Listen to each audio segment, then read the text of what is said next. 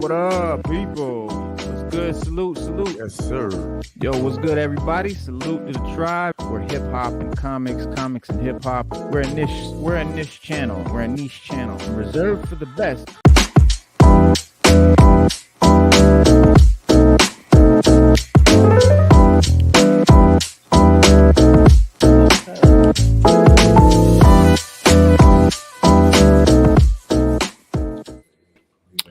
What's good? What's up? What's happening? This is the Sixth Element of Hip Hop. I'm your host, Reno Noir.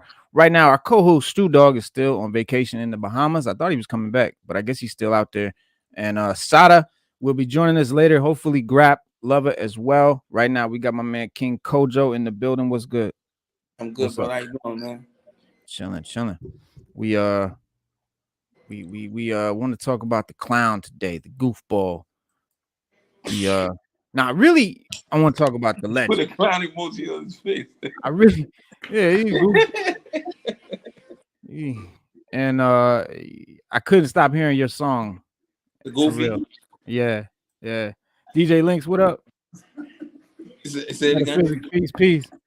Nah, I was saying, you're Goofy, the Goofy song. I was like, man, you gotta turn this Goofy down a little bit. You gotta turn it a lot of bit because his Goofy's on the maximum decibel. At the top. At the top, it's like how much louder can it go? You know. Word about to explode, man. Yeah, man, you're gonna spontaneously combust at this juncture. You know. Exactly. So just to bring people up to speed, if you're not, you don't know what's going on. We talking about Funkmaster Flex has blasted Pete Rock after the legendary producer. Basically was saying you a gatekeeper, you not letting real artists on the radio, you not playing the real shit. And the beef started between the two after the Conway the Machine hosted an Instagram live, which he called out Flex, who referred to as a out of touch gatekeeper who doesn't give his music airtime. And Flex didn't like that, so he spoke out against Pete Rock for taking Conway's side. And Pete was saying, he said, let me quote, I'm gonna quote him. He said, you don't play real artists no more. You talk shit like you're better than everybody, and I believe all threats with real talent in music were removed by plan out the way for that new shit to happen. You a New York treating the other New York artists who put in work like our career is over. You stop playing Wu. You stop playing Wu Tang. You play no Griselda, nothing. You stop playing a lot of artists when you judge motherfuckers and make fun of the fact that you control what you want when you on the air. And Pete Rock, who's produced for Conway, went on to accuse Flex of looking down on artists. He said, so much good music out here to be ignored. And as a black dude treating other black people like they beneath you, you don't make beats or rap, but you shitted on artists because you could, and you stopped supporting real hip-hop music to cater to whoever got you in their pocket. That's sucker DJ behavior. So he's basically telling them that he playing for pay. Rock also mentioned his own DJ career on Hot 97 and WBLS, and he said he would play everybody's shit during his time on there. And he would. I remember that. Future Flavors. Yes. And Flex couldn't, he just couldn't let Rock have the last word. So, because he's got his platform, he chose to share an extensive post criticizing Pete. Just went all out of pocket, talking about shit that had nothing to do with the situation. And generally, correct me if I'm wrong, or if you agree, when somebody during a debate, during an argument, and they start talking about shit that ain't got nothing to do with it, that's because they know they're losing. They're losing and they're dead wrong. And, they know they're wrong. What's up, Corey? Defense mechanism come up. They start attacking personally. Exactly. So you could see it. I mean, it was common. It was obvious. It was blatant. He's talking about all kind of extra shit that had nothing to do with it. Nothing to do with nothing. Yeah. But he did say, so he said, Flex said, I have watched this guy give his opinion of me for about 2 years. He's one of my favorite DJs, producers, and MCs. I hope that some of our mutual friends will understand that Goofy has been begging for smoke. He got the nerve to call Pete You got Goofy. the audacity and unmitigated gall to refer to someone else as goofy. Wow, life is coming to an end. Audacity and Yeah, unmitigated gall. yeah. Uh, yeah, like that's what I was thinking. Like when I'm watching the whole thing with my jaw to the floor, I'm like, this guy really think he can do this? He think he could say these things? Like people gonna be behind him? Does he know who Pete Rock is? He don't respect anyone though. You know what I mean? Like he's been put into a position where he feel like he's all powerful, and I Yeah, don't know. I guess they treat him that way. He hasn't been chastised ever. You know, I know he beats women, and they still kept him on the air. He beat his wife and Steph Lover. He choked her, punched her, whatever he did. You know, but I that's never funny. hear him get into an altercation with a man, like not ever. You know, so I don't know. I don't want to sound judgmental, but he not somebody I respect. You know, fuck that. You know what I mean? Like like you said to me earlier earlier in the Mhm. day, like you don't really need radio. You know, Right. radio follows social media. Whatever social media does, whatever they deem cool or whatever, the radio follows suit. So it ain't like you Exactly. gotta kiss ass. This ain't like '94 when he was Right. everything, you know. When So he was a gatekeeper. Yeah, like when he had the ability to do that, because you know what I'm saying? The radio guys, they ain't got the power no more. Like, no, they you know, don't have the power. They don't. these young guys figured out how to get on without the radio, without the Yeah. labels, without the you know what I'm saying? So And they that's everybody dope. else playing catch up. Yep. Yeah. Everybody else in the industry is trying to Yep. get back Industry on. playing They catch got up. Yeah. bumped. Yeah. And that's why I'm like, dude, do you know what I'm saying? It just bugged me out. Like I said, my jaw was to the floor. I couldn't believe he had the nerve, the audacity, the unmitigated gall to say the shit he was saying about the person he was saying it about. I'm I'm like, not surprised, bro. This is what I know him for. I know him for mm, disrespect. I know him for misconduct. I know him for just being a devil. You know what I'm saying? right, So nothing he does surprises me. I'm just grateful that I'm in a space in my life where I don't really give a fuck about rap to the point where I will humble myself in front of a disrespectful, condescending chump like this. Back in the right, day, I'd have minced my words because I needed to play this record and all that shit. Now I don't even yeah, give a fuck. You know what I mean? I don't care. right, Yeah. yeah. Now, Now, of now, course, you would like that. You would like the look as a musician. You would love to have the radio on your side, but it's not the end all be all either. hell no. Matter of fact, you know what? I might have somebody to come on the show right now. You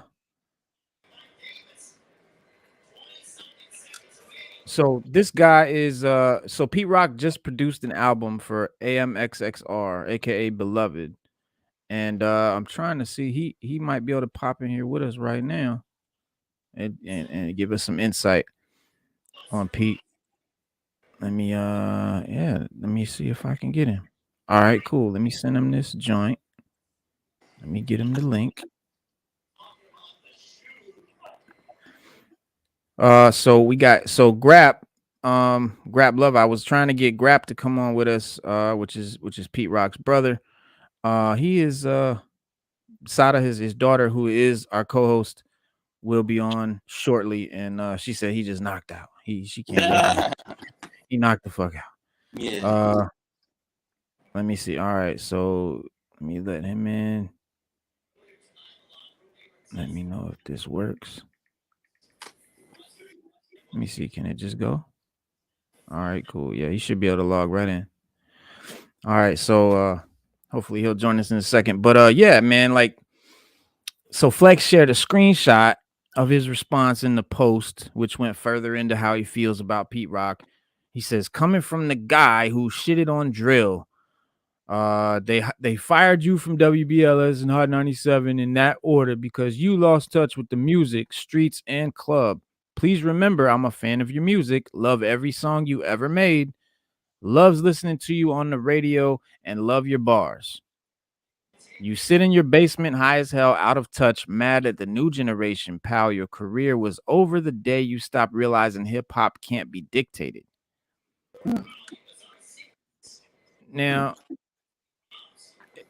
it is unfortunate that hip hop. Oh, shout out to my boy Lazarus Einstein. What's good, OG Lee? What's good, number one suspect? Peace, peace. So Corey said the real hip hop community knows what's real. Pete Rock is part of the foundation. Flex is a money taker. People know what I'm saying. That's what I'm saying.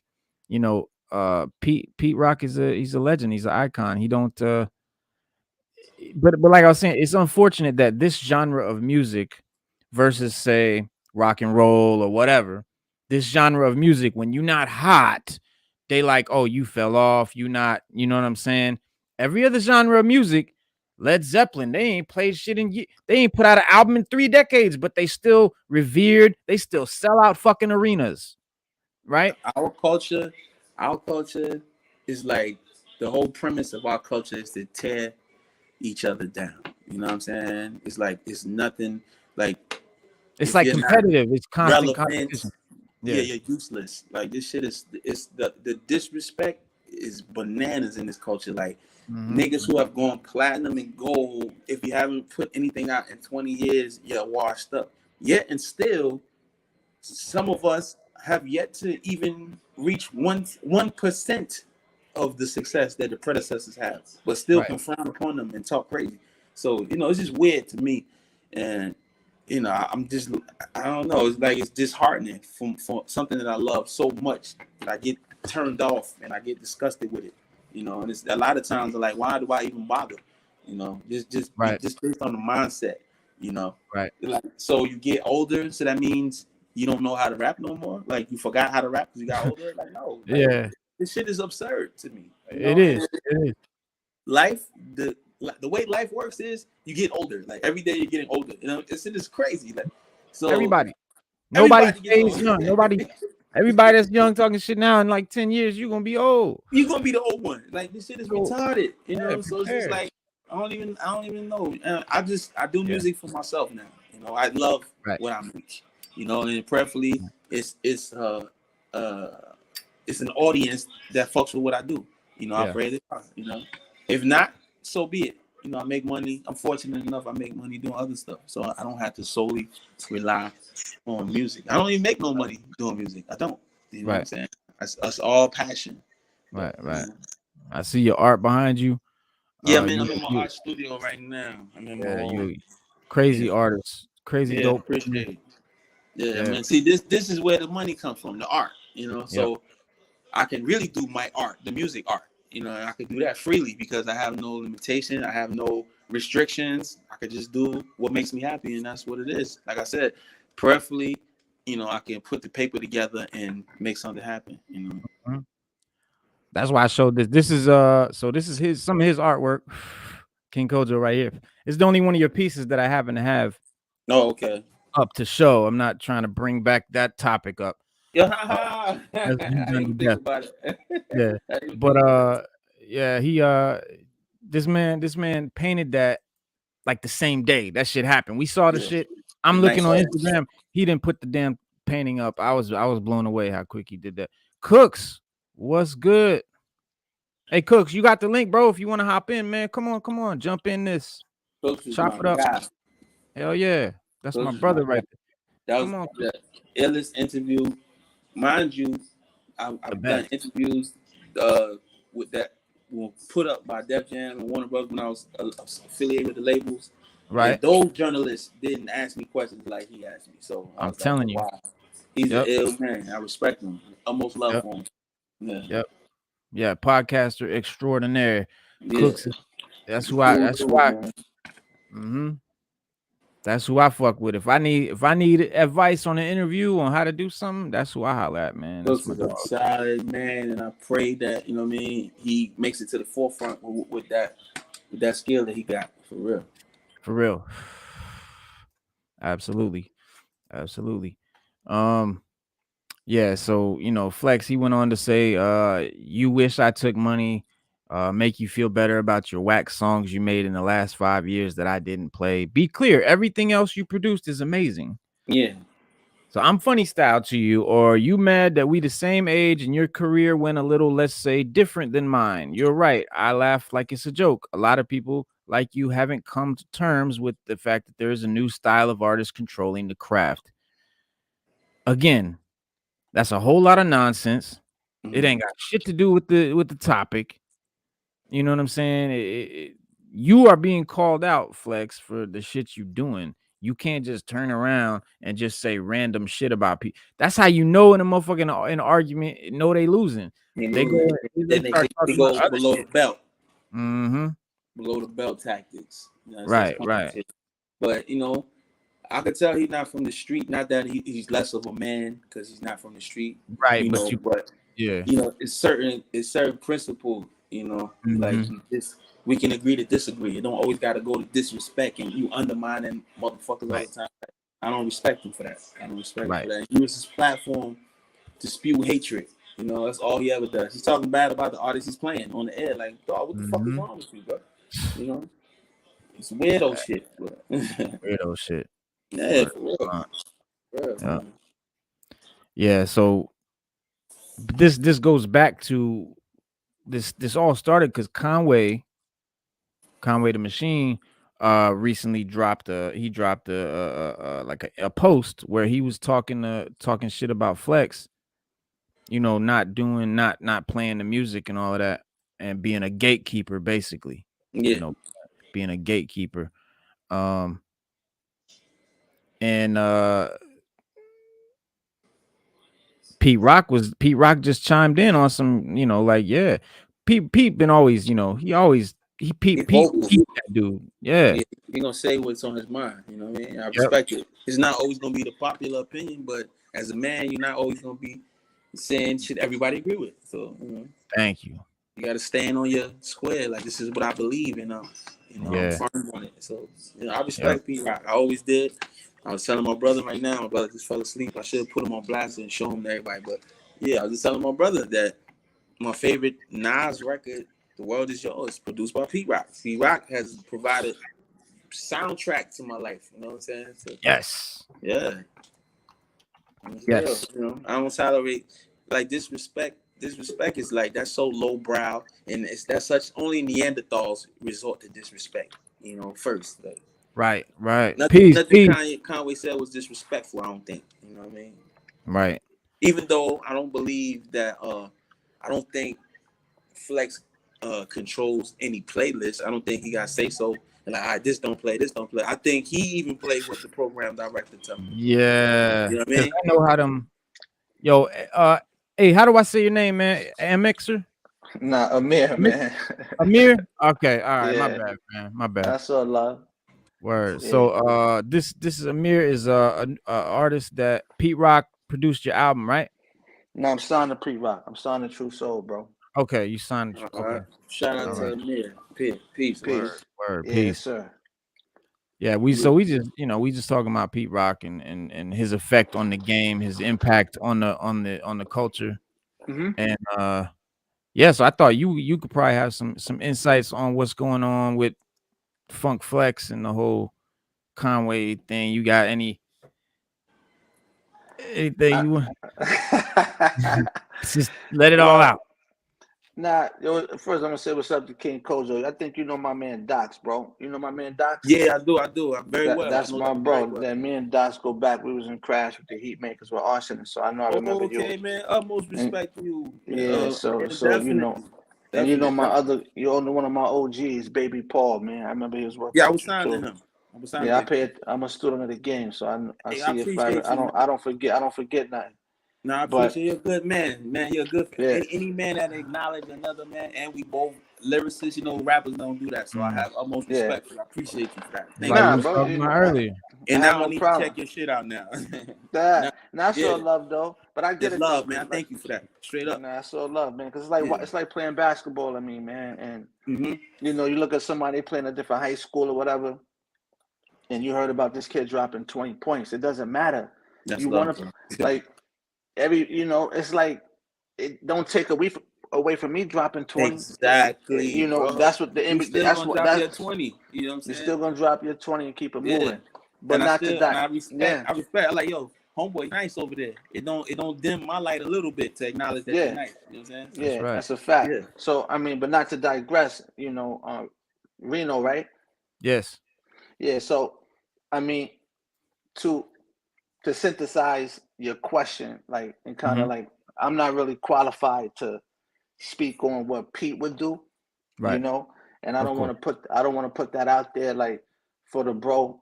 You know what I'm saying? He the CEO of the label, so Of course. I can't. That's just not a strategic move. But I will say this to you: what I am at liberty to say is that, as a man and as an adult, man, that I,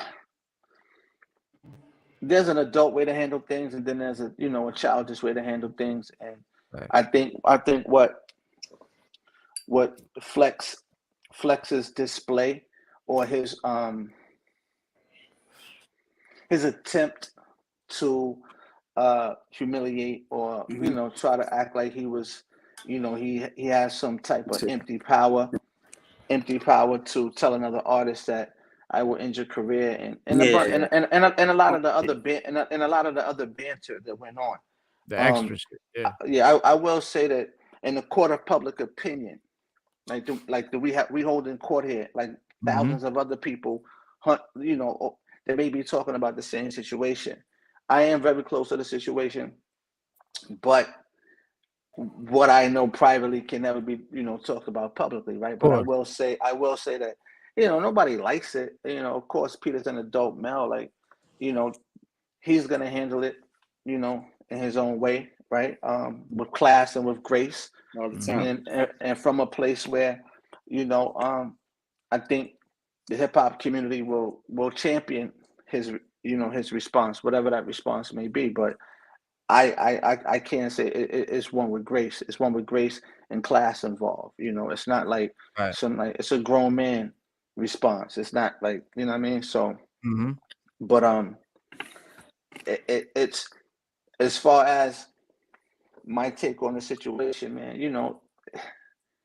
I'm not here to tap dance because that's not what I do. You know what I'm saying? But I will say that, he got involved. He stood up for artists. And when the shots came back, he looked like he was kind of standing alone, right? Nobody artistically was standing beside my bro on the stance he took.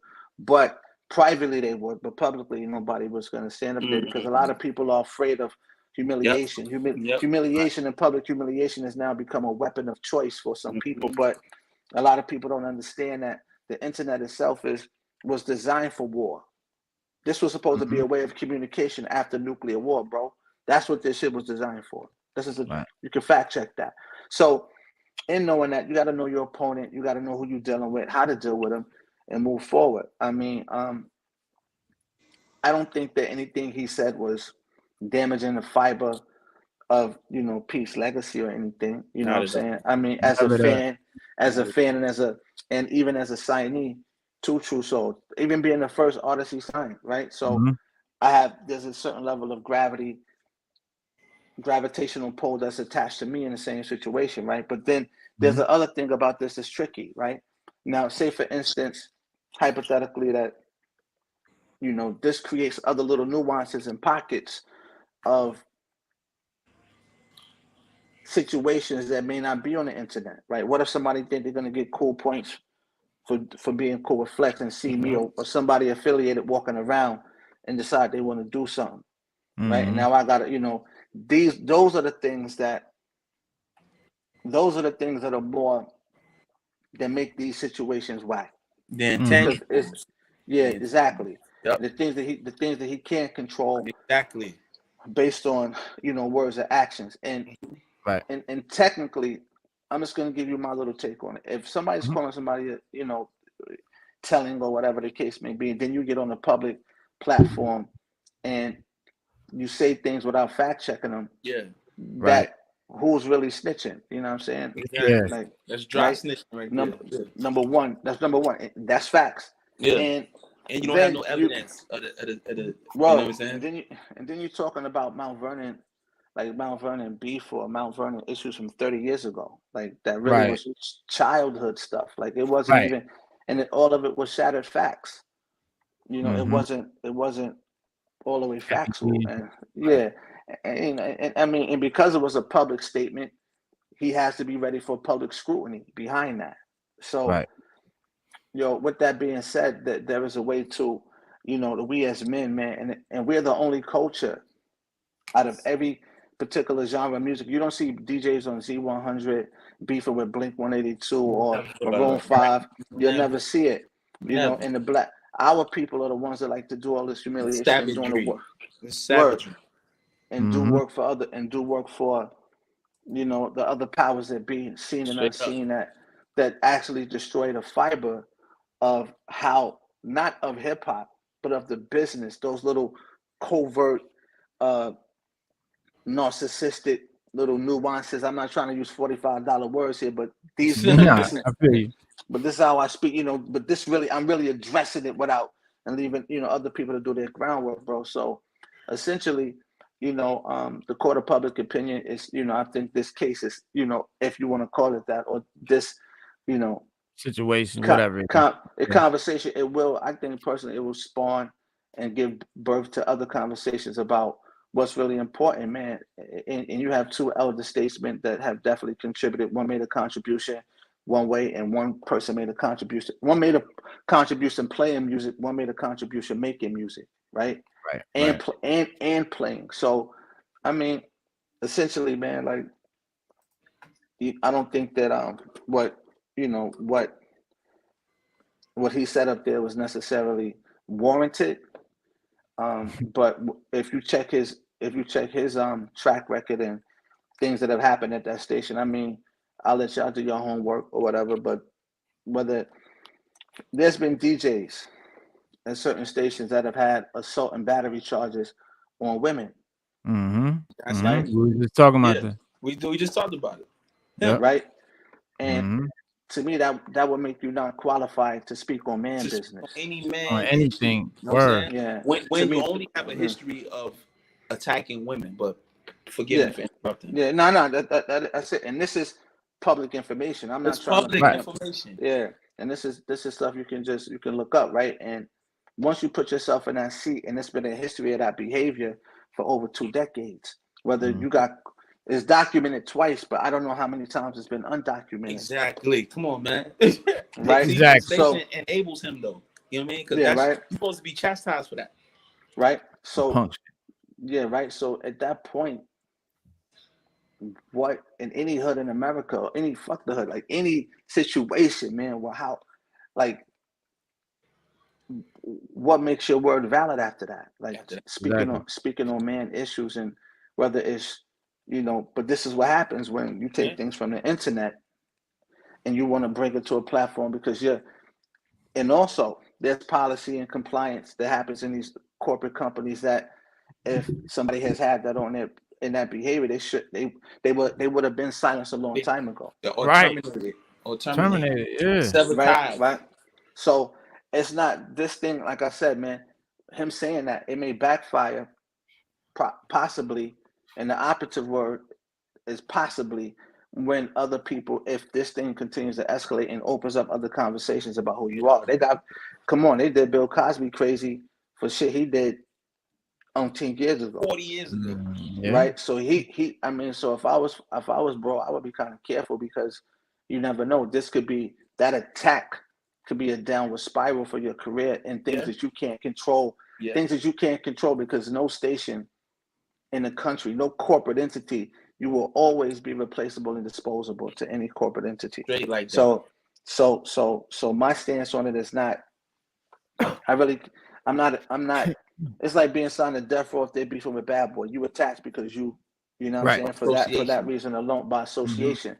So, but as a man that understands I would say, some form of the art of war, man. This is not a war. This is a issue of merit, an issue of ethics, a issue of morality, and seeing two giants, respectfully. I won't even call it a disagreement. I would call it a difference of a difference of moral. A different lens. Right? POV. On things that on the state of hip hop and what is important or whatever the case may be. Like I don't have. There's a respectful way to disagree, and then there's a non-disrespectful way. There's a disrespectful and respectful way to disagree, and I think in these cases, you know, we have to be careful in how we maneuver going forward, because this is no way that the G's, like people 20, 30, you know, 15, that you can't be a leader if your advice is contaminated. Right. So and these are the things that happen. So my guys. So that's love. So these are the things that transpire, that what happens when conversations like this take place. So I have a quote, a thing that I've said. I don't know what may transpire in the future, but I call it ITSD, and that's called industry traumatic stress disorder. And a lot of artists and entertainers have this shit, right? And because they have it, some of it is diagnosed, some of it is undiagnosed. But if it's not treated, one's ego will become their own. One's ego could possibly become their cancer and destroy them from the inside out. Yeah. Right. And that's my take on it, bro. Man, do y'all think that he's a scholar and a gentleman, Mr. Amir? Straight up. broke it down straight up? He said all that the way shit down. so articulate. You know what I mean? he made sense. You know what I mean? Of a situation that could be so volatile. I didn't even think about the intangible parts. You know what I'm saying? The hip hop game is such a sycophant base and such a clout based game that a motherfucker would interject themselves into a situation they got nothing to do with, just in case it can. Yeah, for points. It's dangerous. Now you at the premier station in the country for hip hop, and you're spewing nothing but venom the whole time you're on the air. Like, why do you have to have that type of opinion and energy attached to do y'all feel that the station should have made him apologize or do something to him for that? They don't do nothing to him, and it's been like that for years. Like he's just like he's just a cancer. He's cancerous. Well, you know what I'm saying? Well, if you look at the history of radio in America, and you look at urban radio, right? You look at pop radio and the behaviors that are allowed in each particular ecosystem. Have to understand and check one thing and check the boxes on this. Hot 97 realizes that this is not about content. This is about data. And I could speak on data and traffic and et cetera. And not, I don't even say data analytics, traffic. They will sacrifice culture for traffic. Because traffic would then yield, right? Traffic then yields more expensive ad space. So whatever that traffic has to come to my page, I can then sell my slots for my stock at a higher value. So when you really start looking at the binary pieces of what's happening in music, and then you have dudes that are in certain positions that don't really have a high, I would say, a good artistic / business acumen of of how to approach this shit, man. You start to get, like I said, you will get these situations where at any cost they will allow us to continue our regressive banter our self-destructive conduct. Regressive banter of sorts to allow us to, because that's what's yielding business for them. That's best for business. Yeah. But please believe, no other culture in entertainment would allow these behaviors. Never. Because and a matter of fact, and I'm not gonna let me really make sure I put this in a perfect content. I haven't seen it.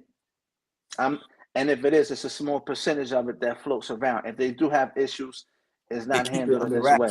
They don't bring it to the forefront like this. Yeah, and it wouldn't be allowed, because in some places that would be considered inciting violence. That's toxic. That's toxic. Right. If you had 20 million viewers and I don't know what you call it, the FCC, whatever, heard the verbiage that you were using, and they could consider that's actually an illegal act to incite violence indirectly. Now, what if somebody gets hurt outside of that, and it drills back down to you, and the station or the corporate entity didn't take action to keep you compliant with policy? This is where the tricky part comes into play, and people lose and get jobs behind this. You know what I'm saying? And I don't even know who owns who even is the owner of Hot 97 anymore. But don't quote me. To my understanding, I think it changed owners recently. So, so there may be some reorganization happen up there. But like I said, man, on a bigger scale, when you're looking at the grand scheme of hip hop, the overarching shit that's happening, like I said, this is going to spark up a conversation, not just for change because it's a hot topic, because a change because it's actually needed, because you can see we're the only culture where they perpetuate the divide. We don't respect if an artist is over 25, an artist 25, an 18-year-old kid will call him an old nigga. We just talking about. We just talked about that too. Ageism works from the same what's it called? Foundation. I hate the word. Yeah, but the same nucleus is racism. Any ism like that is not based on fact. It's just based on opinion, or you have a certain dislike or like for something based on things that really have nothing with the fiber of the person. Right. We're the only culture that is allowed to perpetuate it, because it keeps. Now I won't even say it keeps. I won't even say generations, but it keeps age groups divided by the fives, right? 25, 30, 35, right? In that way, conversations are not happening. Therefore, knowledge is not being passed down to keep generational wealth turning. It keeps certain people in control, right? But you don't see, let's say, Van Halen or Metallica beefing with a new rock band. They're going to be on tour to their 85. Yeah. And they're still selling out arenas like they was when they was hot. Yes. But this is the only culture hip hop is, because it's a very competitive. Is it? But is it? Or that's what they told you? No, they told us that because they told us, and we bought it. We bought it. Hip hop was never meant to be. I get it. The battle in the park, breakdancing, battling and all of that, and breaking. That was a battle. A dance. Right. That's how beef was settled, through dancing. It wasn't settled by you talking crazy on the mic in the beginning. But that became. You gotta understand, man. And I'm a student of this shit, right? When hip hop was on coke, disco music, right? When hip hop turned to crack, it became violent. When they start doing the drugs, the hip hop slowed down and the drums changed. So over each time the drugs changed, the music changed. If you look at the scheme of it, right? So I say, man, that essentially, bro, that this thing is going to recalibrate itself. Wow. And I think that's what's happening, because now record labels and radio stations can't control the internet. They can't tell a kid in Iowa to like what I'm putting in front of you. They don't like what they want to like now, because they have access to that artist. But then the conundrum becomes when those corporate entities have the tech companies in bed with them, right? How important do you think it is? The rate, like Flex is a radio guy. How important is the radio guy now versus in the 90s or whatever, because of the internet, social media, and all of that? Like, how important is radio to an artist? It depends on the type of artist you are, right? And your audience, right? If you have a pop culture, radio makes you popular. It doesn't make you paid. Right. Because think about it, your record get played 1,000 times. Out. Right. You get the word out, but you may get a fraction of a penny per spin.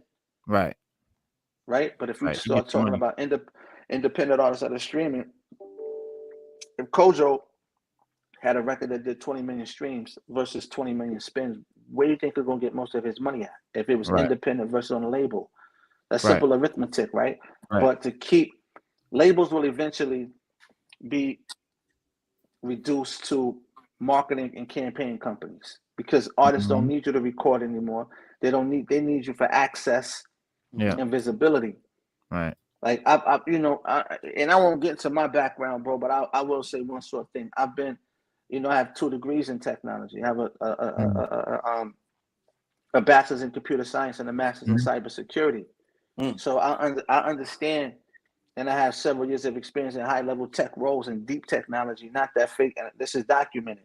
So what I'm telling you is that a lot of those guys can't have those conversations because they only know the surface level conversation. They know have like a YouTube kind of view of a pool of knowledge about it because they won't research past that. They'll look at videos, but they won't go past that about the real workings of how, you know, art can't exist without technology, but technology will always exist without art, right? And I say that, and I stand on that. So to answer your question, it's only as important as you believe it to be, because these corporate, the music industry, when it was, bro, you gotta think about it. Records were pressed in the beginning, right? Records pressed, went to radio. Radio had to play it. It was on radio waves. Yeah. Right. That was technology. Pressing a record was the technology for dissemination of your music. Right. Now you have a few platforms that do the majority of the heavy lifting. So you find yourself out there. So I don't think it is merely as important, but it is a part of your rollout. But you have artists that have proven time and time over again that you don't need radio to pop, but it does help intensify whatever you have going on, right? Yeah. Tyler, the Creator, won a Grammy. You never hear him on the radio, right? Right. I can name J. Cole. You barely hear records on the radio. Kendrick, you don't hear him on the radio. I can name whether it's Griselda, getting the Wiz Khalifa, thousands of artists. I mean, you can name hundreds of artists that girl Tim's, TEMS, you just started hearing her. Some of her, the Deuce Sampler, some of the Drake records. Meek records don't really get played on the radio as much anymore, right? Right. But he's still on fire. Right. So you have what I would call manufactured celebrity versus organic celebrity, and asking yourself which one do you want to play a part in. If I hope I answered your question, yeah. Yeah, absolutely. So you have okay, Pete did produce the album, right? Yeah. Okay. And you have okay, so you got Here Beloved. Is this the newest one? What's your newest project, your most recent project right now that you got? That's my newest project is called 21 Grams. I think I have a cover over here. It's called 21 Grams. Work This Weight in Soul. Right. Yeah, this is what I have right now that's out, right? It's online or whatever. This 21 Grams. The other album that we did, the album, this is a mixtape, but it's more like an album, right? But what we do have, I have another album, well, an album that we're doing, the debut album for True Soul is called Dope Boy Soul. And yeah, and that's, you know, that's produced top to bottom by Pete, and you know, we had a lot of fun. It's and definitely not. To be honest? Well, those are freestyles, man. Those are just freestyles.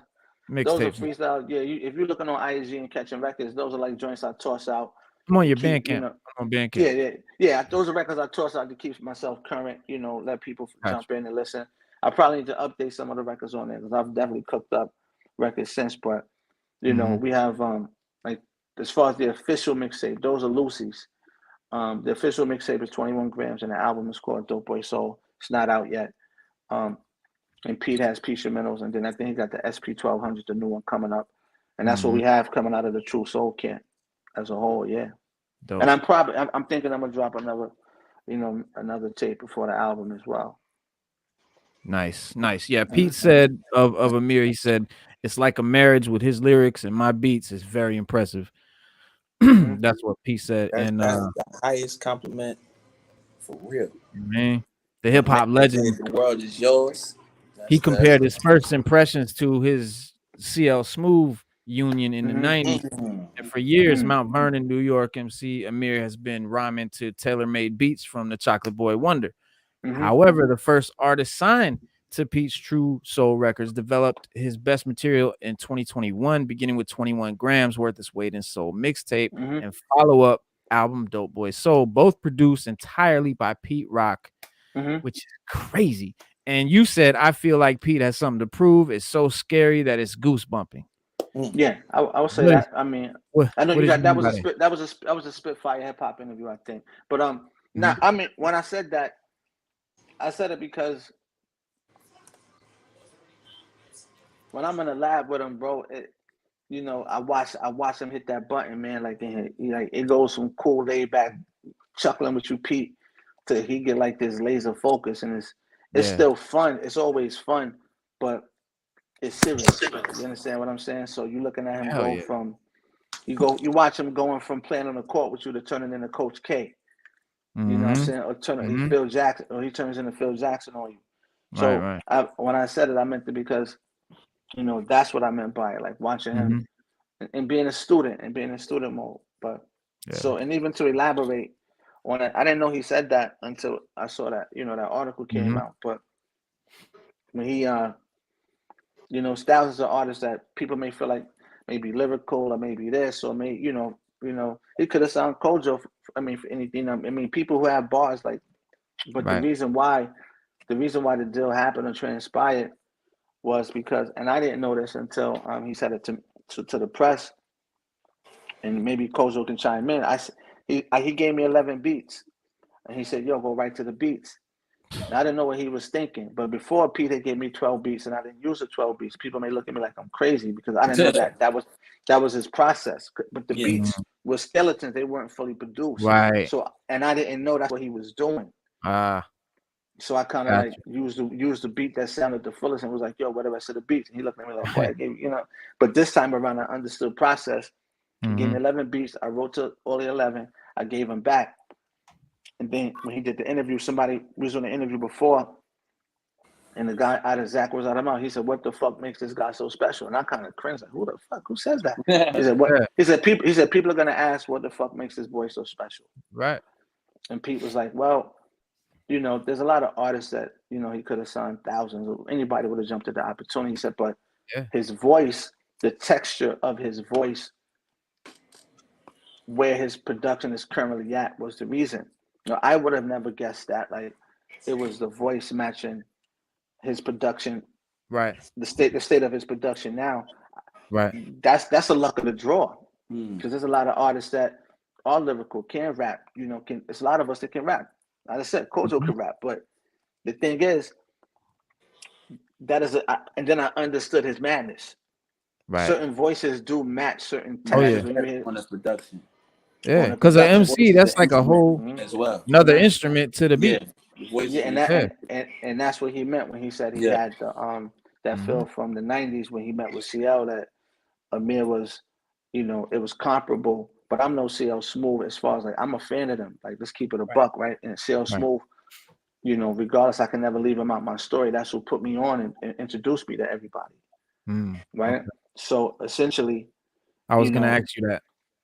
Yeah. So through CL and in Mount Vernon years ago, when I was working at the barbershop, and it took me to a photo shoot or something, and then everybody's kind of became cool over the years, and and that's how that transpired. But yeah, so I would have never thought in 1,000 years that my voice would be the determining factor why the deal would be. Why he signed you? Yeah. It was. Right, He said it was the voice, the texture of the voice on his production. Well, I'm rooting for you, bro. I'm rooting for you. Sharp, thank you. Sharp here, you know what I'm saying? I don't speak to a lot of intellectual, sharp people with morals. I know I'm cursed with bitch ass niggas, so to speak to you is a privilege. I'm around the same shit. I'm around the same cursed, Man. bullshit. Yeah, but so I honor you. You know what I'm saying? Thank you, bro. Likewise. I'm eager to hear your material now. You know what I mean? I'm definitely eager to hear it. And just based upon everything you stated, I know that shit gonna be stellar. So, when I get over here, I'm definitely gonna find your music. You can spell it, man. On the screen? Yeah, exactly. Yeah. And that's on SoundCloud, and that's on like Audio Mac or or Bandcamp, whatever. Yeah, whatever the case. So you got a release date? I don't know the date. Nah, no date as of yet. But it's definitely cooked though. I love Mount Vernon. Mount Vernon is like that's like the start of my career. Even though I'm from East Orange, Uptown Records. You know what I'm saying? That's Mount Vernon energy. You know what I'm saying? Yeah. So that's a part of my favorite era. My favorite era is Uptown Records, Bad Boy Records. That's my favorite era. So being that you from that lineage right there, that even quadruple want to hear what you got. You know? Yeah, because you yeah, come man, from that energy. You know what I'm saying? that cloth fact. That's fact. That's Yeah, fact. that's And what I'm into. I don't give a fuck about. Oh, this nigga got 1 million followers over here, and he got. yeah, I don't give a fuck. Can yeah, you rap? You know what I'm saying? yeah, I care yeah, about the music. So yeah. I'm eagerly anticipate checking your stuff out for sure. Yeah, I sincerely appreciate it, man. Because, Absolutely, brother. like I Thank you. said, bro, we likewise, and we just cooking over his true soul, man. So Yeah. that and that's what, and I'm thankful for my big bro Pete, man, for taking the shot, and I know he's calculated. And to keep it a buck, it was a tremendous amount of pressure when I first started. I sat in the crib for like 2 weeks trying to figure out, damn, this shit. I'm listening to the beats, but I was writing, but I ended up just calling him like 2 days later, like, yo, man, he said, man, fuck all that shit, all the nervous shit. Yeah. Fuck just all rap, that. just rap, man. He came to you just for rap. a reason, so you ain't got nothing to worry about. You already had what he needed. You know what I'm saying? Yeah, and he's like, yo, just rap, man. Do what you've been doing, do man. what you do. Don't. Yeah, he said, don't get too nervous, man. He said, I understand you're gonna be a little, take some time to adjust, but don't let that shit, eat you alive. And I said, I thank you that, and that kind of made it a lot easier to transition. And you have to. It's to me, what CL think he figured out that I had to learn was how to rhyme on peace beats, because it's like an art to that shit, like Definitely. a pocket you gotta hit, pocket that you gotta be in. Yeah, and you gotta know where that pocket is at by the way he produce. Yep. And he'll give you little hints in the instrumentation. In the beat. It'll tell you. And he'll be like, and then it's been times I might have started 2 bars early. He's like, nah, man, you gotta start right here. Yeah. And then when you start right there, then it gives your shit a different you hear spin, how it goes. And it makes sense too after you start there. You're like, oh, that's what you're saying. Yeah. And that's what I learned. I'm eager to check it out, bro. Yeah, him. It's amazing the amount of music that's come out of Mount Vernon, that little area. Yo, the amount Vernon, they need to be on the hip hop map. You know what I'm saying? They do. No, I'm talking about they had a physical map on the wall. Right. You gotta have a Mount Vernon section. Straight up. Because I'm from fucking East Orange, New Jersey. Mount Vernon, Harlem, like all these locations, they play a part in my personal ingredients that made me. You know what I'm saying? So, I appreciate it. It's dope. That's dope. That's dope, man. Yeah, but I remember when I saw you. It was some years ago. Not too long ago, but I know Docs. That's my bro, man. And we know he a and when I saw you on the joint with him, I was like, oh, okay. I know how Docs give it up. And then I seen it, so oh, son, get busy. That's love, bro. And that's when I was like, okay. And I never forget Face. And when I saw the name, I said, I know some Face. I said, okay, I remember him. Yeah. And that's when I was like, yeah. I can't wait for you to hear the new shit, then. Definitely.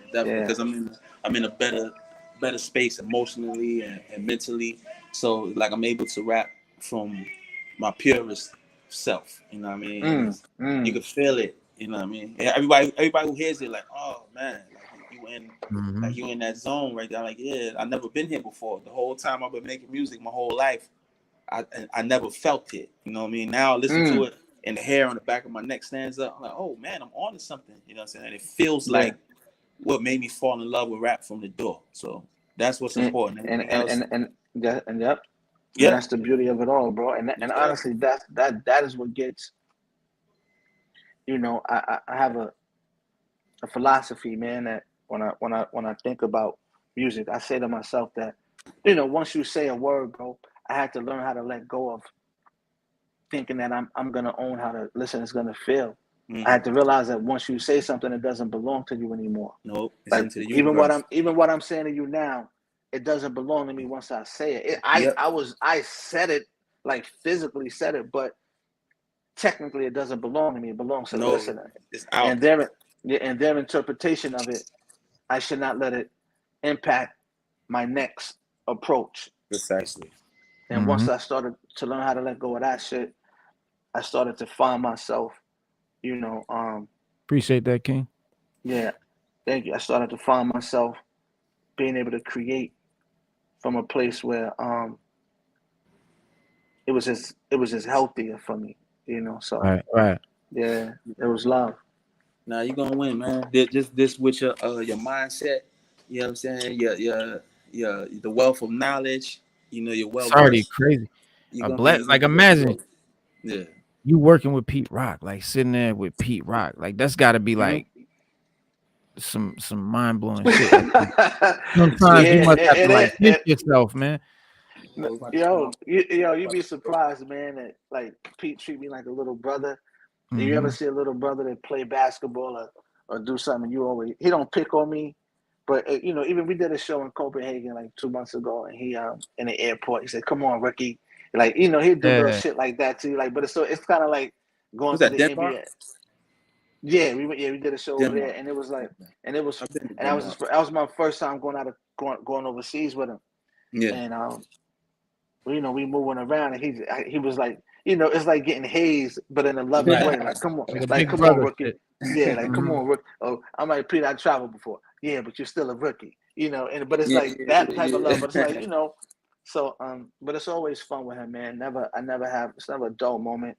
We have a lot of real conversations, grown man conversations about the game, the do's and the don'ts, the mistakes he made, the things that he didn't do, or shit that he did do that he tried to tell me, like, yo, bro, make sure you do that or do this. So to have that pool of knowledge besides you, and also for him to even have, the respect for what I say, at times. But I just know when to be the student and when to speak. That's all. And when you're around somebody that has had that level of success musically and has that level of musicality, you have to put yourself in student mode. But if we're talking as men, then you talk as men. But we're not. You talk as artist to producer. That's a different conversation. So that's a different energy right there. So you gotta, and I had to learn how to adjust that. That's all. Yeah, but for sure. It's definitely fire for sure. That's dope shit, man. I may have made my day. Now I wasn't anticipating this, man. Nah, it's all love, man. Word. I thought we was gonna be dealing with the negativity from this jackass on the radio and shit, but this is dope. Yeah, man. But this is how you deal with them. The conversations that are gonna be spawned from that behavior are not gonna. I don't see it. You will have some people that want to, swim in the cesspool of negativity, because that's just the law of averages. Right. But if you look at what the community of hip hop is saying, and I'm not talking about ages, I'm talking about as a total ecosystem. Yeah. Most people are not siding with that behavior because it's like assaulting somebody who Pete never professed to be a gangster. He never talked crazy to nobody. This is, and Flex, you even talk crazy to Jay-Z, Dame Dash, Drake, and the list goes on. Yeah. So if these are your habits, and I'm speaking as a man, I'm speaking as a man, not even as an artist. Yeah. Right. Like if these things are in your package of your behavior, how you roll. Yeah. Then there needs to be some form of self-examination or self-scrutiny about and maybe how to better yourself for the future. And I'm not, like I said, I don't have heaven and hell for him or anybody, but I think that I know that I'm qualified to speak on behavior that I've seen, because I've seen that same behavior in friends and family before. All that negativity, he's the common denominator. That's what this is about. You know what I'm saying? He's the common denominator, and that's what it is. And I wish they would chastise him in some form of fashion, because you just can't disrespect whenever you feel like it. And you're doing it over the airwaves, straight up. Like, I mean, you're spewing negativity. My goal for this particular episode, I wanted to touch on it, but the main thing is I wanted to really just talk about Pete Rock's impact on the game, impact on the culture. You know what I'm saying? Just talking about him and who he is enough. That's gonna overshadow. That's gonna express to you how ridiculous I feel about Funk Flex saying what he said. Man. Like, it's absurd. It's like an ant talking to a elephant. Yeah, there is a immeasurable level of impact that I think he's had, and not because I'm signing him. You start looking at the Jay Dillas, you look at the Kanyes who publicly said, Pharrell said it. People that have said that this is one of their favorite producers. Now, and we're talking about his art and his contribution. The countless records that he's made that he's got credit for, other records he didn't get credit for, from being a friend, and that the public knows, and a lot of people don't really understand. Even for Juicy, Like Yep. when he had his hands in the original version of Juicy for Big Yep. records for like a ton of records, man. And I think that was one of the like there's been a lot of records, bro, that and even on the latest Donda with the record with Extension and Kanye, Pete drums is on that. Pete he's gonna get production credit because his drums are on that record, like on Donda. Nice. The Grammy with Kanye, the records he did with the countless records with whether it was a Kendrick Lamar album and etc. I mean, this is not something. I mean, but when you're at a certain stage, you just produce and you keep it moving. You don't care about the accolades, in my opinion, but I can't speak for him. Yeah. But I will say that as a fan of his work, you start to look at like, damn, and then whether it's countless other people that I've been in the studio with him with some sets that I can't even say, but some people that you wouldn't believe that hit him up that do records with him, man, and it's just incredible to watch. Like you said, it's such a huge impact. Like, and it's timeless. I think he's mastered the art of making timeless contributions to the culture. So people can talk about a young or try to hit you with the needle of ageism, but when something is timeless, it don't matter when it don't matter. It don't matter because it will stand. It will stand, and that's what makes great music. Yeah, and a lot of. I forgot his name. DJ. It's a dude by the name of DJ Filthy Rich. It's some mixtape he just dropped with Pete and shit. That shit was crazy. If you didn't get a chance, you might want to Google it. Yeah. Check that joint out. You definitely want to get your ears on that Peace Criminals 4 word. You know what I'm saying? Okay. But bro, it's just I can't. I'm just one person speaking on it. But you talking about, and even other genres of music that he helped influence production on, and people call him to come in because of his level of musicality. Even with Pete Rock and the Soul Brothers, the band that he has, right? You got Mono Neon, Daru Jones, Marcus Machado, Jermaine Holmes, Big Yuki. These dudes most of these guys got Grammys, and they're Grammy award-winning musicians, not just but they musicians. Marcus Machado played a guitar on Pharoah Monch's band 13. Yes, and Daru's on the drums. Yes. Yeah. Yep. Yeah. So all of us, amazing artists. Absolutely incredible. Him, and Mono Neon alone, bro. They say he's one of the greatest bass players alive right now. Right. That's crazy. Right. Like, Daru Jones. You have Pete. You have Jermaine. You have Big Yuki on the keys is crazy. So the band itself, and just Jermaine Holmes, he's from the D'Angelo camp, like the Vanguard. Like, so the band that he was able to assemble is crazy. And then you have Christopher McBride also that's on the horns, bro. So and having the opportunity to jam out with him, man, it helped me grow, because rocking with a band is not the same as a beat. So it actually sharpens your kung fu, you know what I'm saying? Yeah. But I mean, I'm gonna let y'all speak on y'all part, but I mean, to me, it's just I can't even a plethora of timeless contributions to the culture, bro. I think that will definitely, and that's why people love him, because of the soul in it and his intention when he's making the music. He really has a real love and pure intention for just making it soulful. And he said it to me. He makes music to heal. He wants his music to feel kind of therapeutic or have a very soothing, healing vibe. And if you listen to the production, it does have that vibe. It puts you in Yo, I gotta spin off. I got a sip and paint class here. They outside. They waiting to get in. Students waiting on the teacher. Yeah, I'm in my art studio right now, so we about to fire. Sip and paint joint right now. So I want to send my love. I appreciate the time I spent with you, good brothers. Thank you for coming on. For the duration of hip hop. Yes, sir. So thank you, brother. Likewise. I'm on the gram after I get everybody situated. Reno, I appreciate you, man. Utmost love and respect as always, man. Of course. And, I'm always here for y'all, so don't hesitate. All right, man. Appreciate you. Likewise, brother. Be easy. Yes, sir. Word. Peace. So Reno, what's going on, man? Man, chilling, man. What's what's the plans, man, for the 21 grams? What's the next move? What's the next event?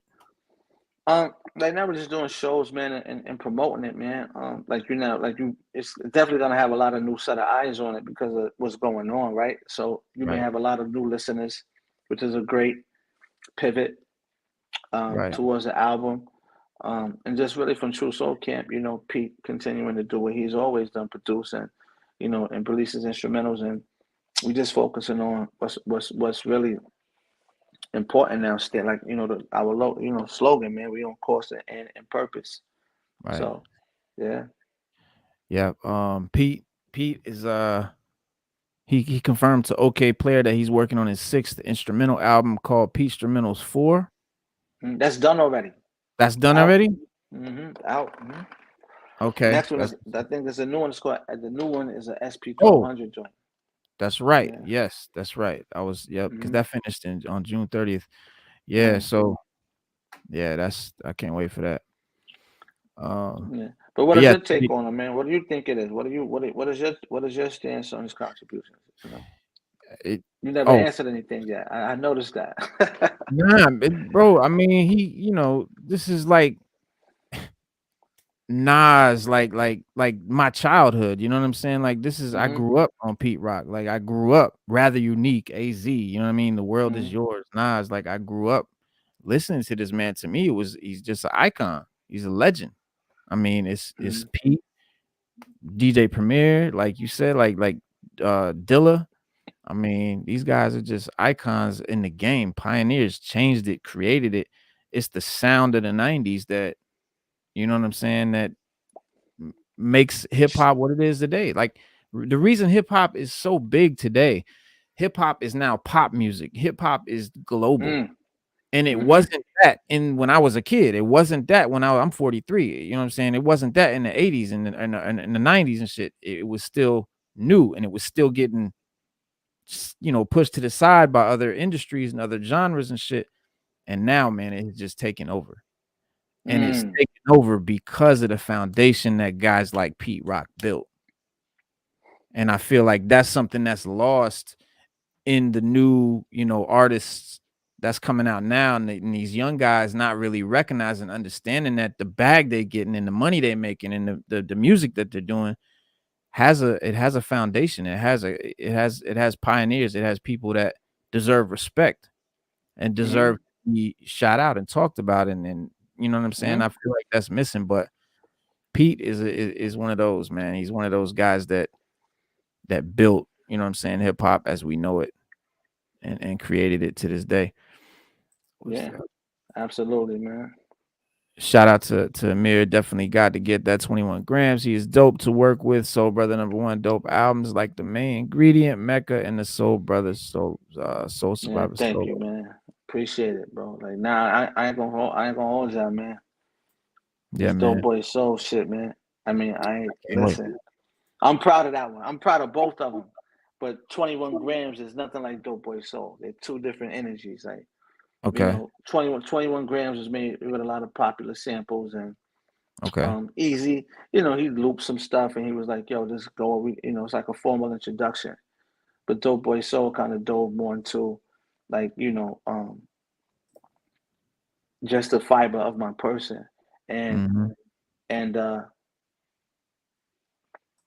the stages I took to get here, a man in his evolution, man, word. So for me, it's very, it's just love, man. Right. Welcome, Sada. Hi, How you hello. doing? How I'm you doing doing? good. I'm sorry. I was Oh doing yeah, my hair, so I see what's going on. I see what's going on. Yeah. Getting that hair right. I know I'm trying. Well, Okay. welcome to the discussion we just talking about, Pete's impact on the game, on the culture and things. Did you talk to Grap? Is he Oh, still asleep? I'm not sure because I've been in my room, so I'm not sure. He may be awake, but I have my computer. I don't want to like move it and everything. Let me text him. Yeah. I was trying to see if he would come on here and talk with us for a minute. But Cause she yeah, can man. talk. She ready. I haven't seen her in a minute. Yeah. What's the last time I seen her? Where was we at? I You know, don't know. Amir, Was it? I don't. I think this is the first time. Well, for me that I've met him. Oh no, I mentioned his sister, the other one. Oh. Yeah, That's Pete's artist. That's Pete's artist. Oh, okay, cool. Yeah, I think and I definitely seen you in Mount Vernon because I lived on Hillside for years. I was at 71 Hillside, at where the basement's at Remo's, the same crib. Remo and Dio lived. I lived upstairs. I seen you. See him. She don't remember because I feel like I It looked like something coming back to her. It is like because I feel like I've seen it before. Whether it was your aunts, your uncles, Grace. Yeah. Come on, you playing. No, because I swear my dad has probably like mentioned you before, and it just never clicked. But yeah, man, we cool. Yeah. But yeah, Mount Vernon is y'all are still in Mount Vernon, right, Sada? Who? Like my dad's side of the family? Yeah, most of them are still in Mount Vernon. Yeah, I mean, people don't understand. Mount Vernon is not a big area, and for like the amount of music that's come out of there, from Heavy D, Puff Daddy, Pete Rock, like it's crazy. Oh yeah. Definitely. So recently, when Diddy thanked R&B star Bobby Brown and declared him the first Chocolate Boy Wonder, it reminded everyone that Diddy was now using yet another nickname, but it also caught Rock's attention. Pete Rock has been known as the Chocolate Boy Wonder for over 30 years now. And so he didn't really take kindly to, his fellow Mount Vernon product ignoring that fact. He said, let me read what he said. He said, "You kind of came out of nowhere. Been in Mount Vernon since the first grade all the way to graduating high school. I came up with the town. My brother Grap Lover taught you dance steps in your garage on Dell Avenue." He's talking to P. Diddy. "I touch drum machines and make the beats for real. You can't erase what I've done in music or try to take my name, LOL." But Pete Rock and Diddy's history is just she said, "Sounded like oh boy." She's like, "Oh boy." But Pete Rock and Diddy, man, that's just one element of the musical legacy of Mount Vernon. Like these is two titans in hip hop, and we're part of a generation that emerged out of the town in Westchester County to become the musical forces of the late 80s and 90s. And then when you consider how much these individuals' lives and careers became intertwined, it's not hard to appreciate the ups and downs of the history between them. Heavy D was the first to emerge out of money earning Mount Vernon scene. And he DJ Eddie F. Mount Vernon is small. You know what I'm saying? They knew, and Eddie F said in 2020, he said they knew everybody, even if you didn't hang out with them on a day-to-day basis. But Troy was the one who knew everybody and kind of put the group together. Troy brought Heavy D to a party that DJ Eddie F was DJing at, and that was what connected what would have become Heavy D and the Boys. And even before the group came together, Eddie and Heavy had immediate musical chemistry, and a singer named Al B. Sure often joined them during their basement recording sessions. But Troy is, I believe, Troy who got killed, who Pete Rock and CL Smooth with Troy about. Let me let my man. What's up, Shadow? Hey, what's good with you guys, man? How you guys doing? What's going down, man? We just chopped it up. No Stu today? Nah, Stu's still in the Bahamas, I think. I don't know, man. Oh, damn, he in the Bahamas? Oh, he is living life. I'm saying. He didn't invite us. I'm saying. I was like, damn, Stu. Last year he dipped on me, went to Hawaii, and now he in the Bahamas. Sheesh. Doing it big. He making that big paper, huh? Yeah, I guess. Well, he is a smart dude, so he saved his money and he got his vacations paid for the next probably 3 years. But sorry, Antoine said Pete Rock is right. Pete never forget he came from, but Puff he forget where he come from. Yeah, that's what he's basically saying. Like P Diddy will forget where he come from quick, but not Pete. Yo, I'm sorry, I'm late, man. I'm real busy today, but I had to pull up to show some support. I appreciate you coming through, man. Yeah. I don't think I'm sorry, how do you pronounce your name? Amir. Amir, yeah, we haven't met. What's up, no, man? Amir is Pete Rock's new artist. Oh, okay. Label. Yeah. That's dope, man. No, brother. Congrats to you, bro. Yeah, thank you, man. For sure. Yeah, man. We just celebrating, man, Pete Rock's impact on the game and you know who he was to the culture. And you know what I'm saying? Yeah, for sure. But what do you make of the old Funk Flex issue? You know, I think it's kind of sad because like I feel like Funk Flex is a legend in his own right. I mean, he's done a lot for the game. You know what I mean? You can't, no matter what you say about him, you can't denounce that he has contributed to hip hop in his own way, right?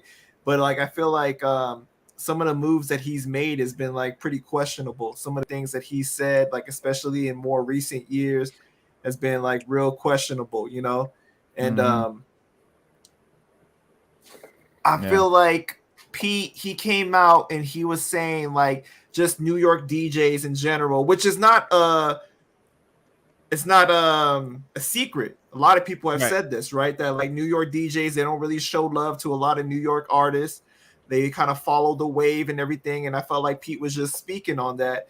And to me, I felt like Funk just like unloaded the whole clip, man. Like I felt like he took it kind of far, you know? I don't know if everything he said was true or not, but like it was like, man. But I don't think Pete has responded, right?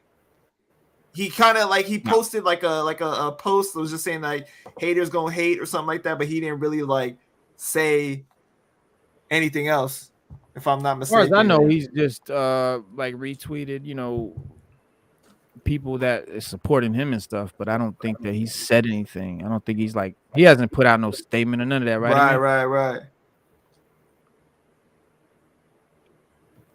Oh, I guess you know what he's doing. But yeah, no, I don't think, and I don't really expect him to do a whole he's not the like Amir, do you see Pete doing a response thing and a whole thing or what? No, I can't say. I can't speak for another man, bro. I don't know. Right. Yeah. Radio stations changed since 2001 in the 20th century. No shit. That's right. But I don't think he should, but you know. Yeah, I don't think he should. Some people bigger than that. like to respond, so it just we'll see. Yeah. Sada, what was your reaction when you seen him come out that way about your uncle like that? Oh, I don't have a reaction because I don't keep up with my uncle and his shenanigans on social media. What he does with that, whatever happens with that, that's him.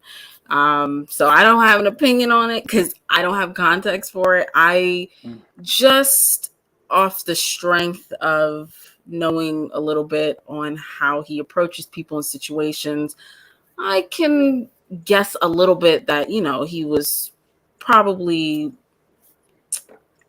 right in, I guess, well, I don't know. I don't know if he needed to give it a response, but I'm sure he felt like he was right in what he was doing, and that's good enough for me. Gotcha. That's good enough for me. Right. Facts. Yo, when it's going down, you gotta ride with your people, right? If they wrong, you tell them they wrong after. But you know what I mean? When it's going down, I just don't have context, so I can't, like, you know, it's hard for me to just kind of give an opinion on it because I don't have context for the situation. And Amir, you know, you in the game, you can speak to this. It's a dirty game, man. A lot of stuff happens behind the scenes that a lot of people don't know about, you know. So we don't know what happened in the past between them two. You know, something might have boiled over, but you know, from what I've heard, like, you know, it seemed like Funk Flex don't have the best reputation. Oh wow. You know, well, you know, like I said, man, like a lot of that stuff you can Google and see the fiber of his public facing profile. Right. And you know, and you can make, you know, your own analysis and thesis from that. But what I will say is that, you know, for the public information, you can have your private discussions because then, I mean, that's what I would say. But the things that have been his arrest for domestic violence and hitting women and stuff like that. That's not the most savory thing smudge to have on your public profile, and that's public facing information. You can just Google it, right? Right. Twice, whether it was a DJ at the radio station and then your wife. I mean, that alone is like crazy, right? But that's not. I don't know the inner workings or the intricacies of why, but if once it goes into a police system and it's public facing, like you said, it's not the most savory or honorable profile to have, right? Yeah. I mean, you can have a lot of smudges on your record, and as far as like being, we make mistakes, but when you're doing something once, twice, or third time over, like I said, that it was documented twice. I don't know his business and know what happened in between the times it wasn't documented. But and I'm also like, I'm not, like I said, I love to say I'm not qualified to speak for him or like on him. I'm speaking to that story, right? So right. Like but yeah, I'm pretty sure that it definitely compromised his legacy to a degree, man. Yo, Mir, you had some PR training, man. Nah, the way that you handled that was very seasoned. You know what I mean? Very seasoned. I he's being real.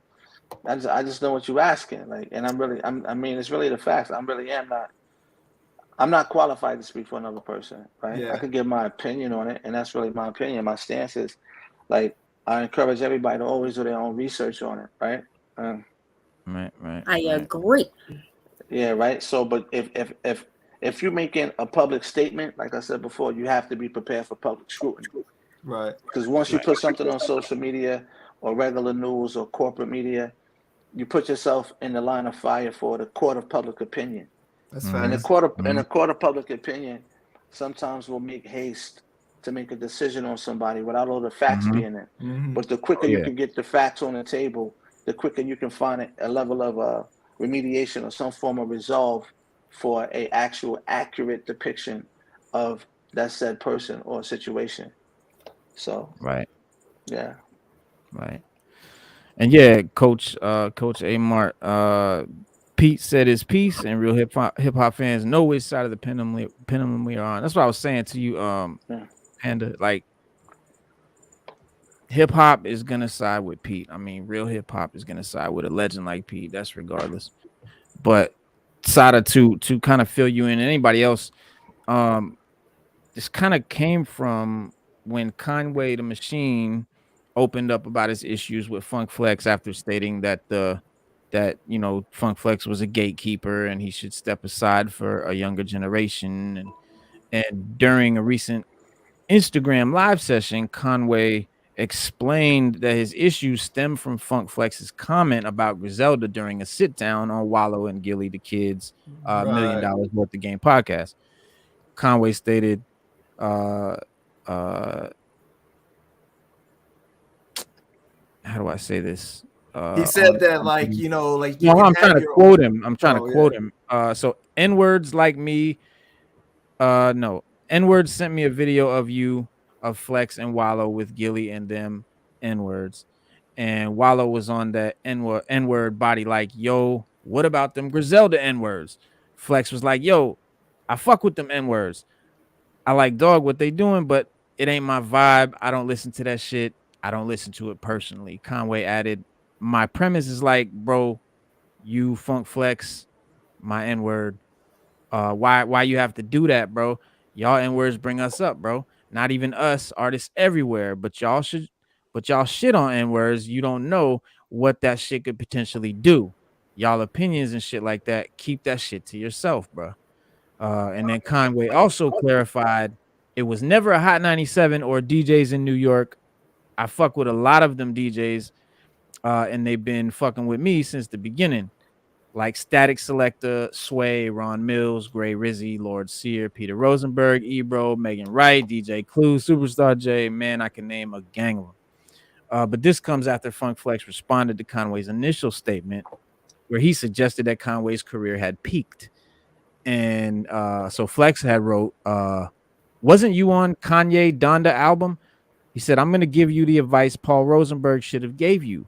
You're a 40 plus bars rapper, sorry lyricist that has had every resource possible. If you are not happy with your career as of today, with all them cosigns, I think you have peaked, my guy. What you think? You're only going to take this as disrespect because the truth might be a bit much for you. Damn. Yeah, because he was saying, well, you managed by Rock Nation, you was signed to Shady Records, to Eminem, right? You've had verses from all these different artists, and if you're not where you want to be, then that's on you, or like that's like you at the top. There's no more that you can even do. But Flex was on one. Speak on it, Amir. He was on one. Speak on. No, you. Nah, I mean, it's nothing to speak on, man. I mean, essentially, what you have there, man, is like a difference of opinions. Yeah. And like his success was never based on Hot 97's willingness or non-willingness to play his music. His success was kind of built from the ground up. Of course, he had, you know, powerhouse people backing him. He built relationships that kind of helped him funnel and navigate his way to his status. But, you know, my thing is there's a time to be strategic and there's a time to be emotional. Yes. This is my opinion on it, right? I don't know if everything, if men of color always feel then it's necessary to respond to everything that's said to us that's not positive or that we feel may, you know, no man's gonna block your blessings, bro. And I'm speaking from a overarching lens on it. I would never give a man that power or dominion in my life to make him even feel one inkling that he has some control over my outcome or he's qualified to tell me when I peaked. When he has, you know, and those are things that have nothing to do with music. But it also comes whether you buy into what he's saying, right? So because I know my worth and I know the value of what I've done, even outside of music. I was straight without music, right? But when something is for you, it will find you. And it's your duty as, you know, being used as a vessel of sorts to deliver certain messages that actually mean something to people. You have to understand the seriousness of that. So if you're a tool or a weapon of choice, right, for, you know, this said culture, and I think a lot of people have different definitions of what culture is, just like they have different definitions of what love is. And until there's one streamlined or let's say high level definition of what is culture in hip hop, right? And people are going to continue to have arguments about just like religion, politics, and etc. because everybody seems to have a different definition of what it means to them, right? Right. Does it make it right or wrong? You know, I think that's subjective. But when I look at statements like that, there's a deeper underlying issue if I'm going to make an analysis of it, right? It didn't, to me, if somebody said I don't listen to them, I'd be like, all right, cool. Right? So for me, like, and in this culture, and Sada, tell me if you agree or disagree, as a woman of color, right? Would you agree that, you know, a lot of us, man, from the world we from, we could be in a room with 100 of our people, 100. It could be one person that's not showing us love. 99 people are showing us love, having a great time. A lot of the time, we're going to focus on the one person that we think is hating on us. 99 people love you. 99 people love you. It's so strange. Yeah. And they'll like be fixated on that one person. And it's like, why are you letting this person have so much power and letting them drain you? Like just don't even give it the time of day. We have all this support around you. You know, who cares? Like, who cares about what they have to say? Like, it's not going to diminish you in any way at all. And if you let it diminish you, then that's a bigger issue. Like, I'm just, you know, that's how I feel.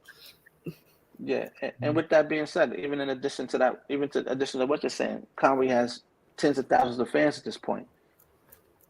Why would you let what Flex say or think because he gets on Wallow and say he doesn't like you, like it's not gonna erase you from the culture, bro. You have earned Conway, Benny, and Westside Gun are where they at based on their own merit and their own grind. Nobody can take that away from them. They dead nice at what they do. But once you start, feeding into that, and we all have our moments, because he's entitled to have those moments, but he also has to understand, like in all of us, not just him, me included, that once you allow somebody to have that dominion over you for 1 second, and it's public knowledge, then it cracks open, and it leaves like a smudge. There's, like I said, I'm gonna keep saying this, there's a time to be strategic and a time to be emotional. So I would say, do that in private with your friends. He should have talked to Benny and he should have talked to Westside on FaceTime, like, yo, can you believe that? And had a powwow with the crew. Because you never see the lock. You never see, you never seen the locks do that. Right. There's a lot of examples of how to maneuver, good and bad examples of how to maneuver, not just in the industry, but in life. So I wouldn't if people got to understand, what is the industry? There's no building. There is no, you walk into a gate and this is the industry. Like no, a guy. No, it's not that. So we keep making up these fantasy, like Fantasy Island, about what it is and what it isn't, and that's not true. So, and the reason why I feel confident in that, because like I said, with or without it, I would have, like Jay-Z, I would have been crazy straight regardless. Right. And that's not a humble brag, but that's just me knowing I'm confident in other things that I have going on in my life, to know that I genuinely love it. And when you love still something, spending money from 88. Yeah, right. Right. So and you find yourself having fun with it, man. And I think a lot of people stop having fun a long time ago, because once they hit a certain level, then you start looking at your bag, comparing it to another person. But you really need to look at your heart and like how much fun are you having. I would judge my life on how much fun I had and how many memories I have, not on the account of money, because money don't always make you happy, and some people don't know what to do with the money because anyway. Right. So essentially, I think Conway may be possibly leveraging his relationships, because opposed to, you cool with Jay, but Flex diss Jay, right? You cool with Puff, but Puff is still cool with Flex. So there's a lot of other variables, like you said, behind closed doors conversation that could possibly be happening, that way he had to, really just be like, you know what, or sort some form of counsel, to where he had to, play chess with it. So, God bless him. Super talented guy, dope lyricist, great vibe to his music. I personally just want to continue to see him evolve and see what other topics he will touch on as his penmanship becomes stronger, like a lot of artists that I respect. Right. 100%. Yo, and Coach Mark said, what shook me was Flex making a comment about a 40-year-old bar rapper, basically downplaying rappers with bars, which is always like, come on, like, wasn't that what MCing was about? But there's different kinds. But me, if it wasn't for bar rappers, Flex wouldn't be who he is. They made his mixtapes. Yeah. Well, if you think about it, bro, you said something about a 40-year-old rapper, but you was breaking a Nas single. You said something about a 40-year-old rapper, but you played Puff's record. You said something about a 40-year-old rapper when you 53 DJing. Right? So this is what I'm talking about. The ageism and all that. Yeah, well, I don't know why he threw that 40-year-old in there. Why you gotta be right? That's the ageism is crazy. Like I will tell people, ageism is no different than racism. Right. It's no different. It operates from the same part of ignorance that the racism operates from. Right?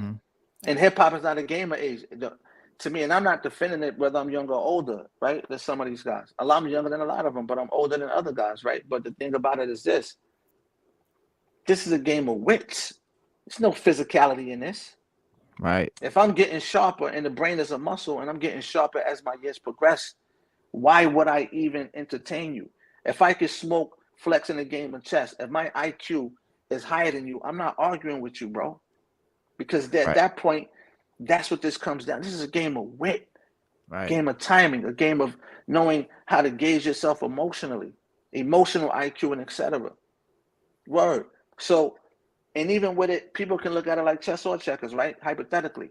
But at the end of the day, we are human beings and we're entitled to have emotions about this shit.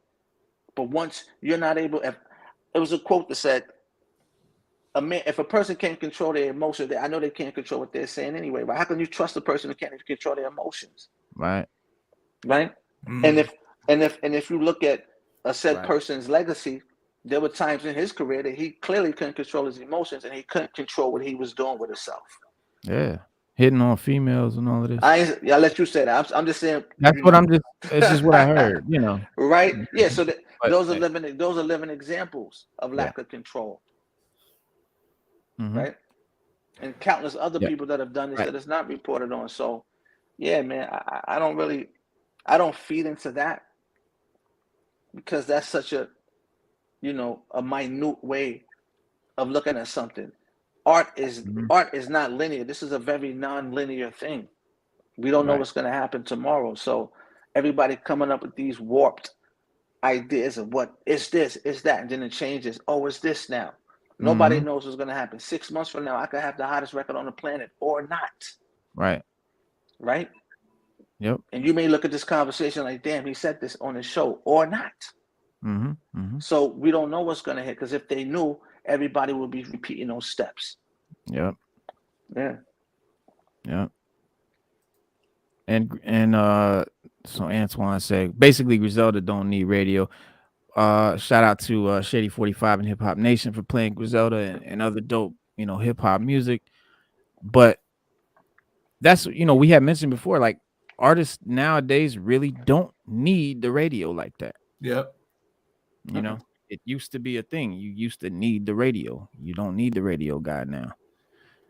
Yeah, going back to what Amir was talking about, where you're saying like the industry is not just one building. I felt like back in the day, you would have to play those politics more. You would have to try to appease certain people. But these days, like, you can have a pretty successful career just off of the internet, right? I mean, and they've really built it that way. I mean, they got clothing lines, they got movies, all types of stuff that they've been able to do on their own.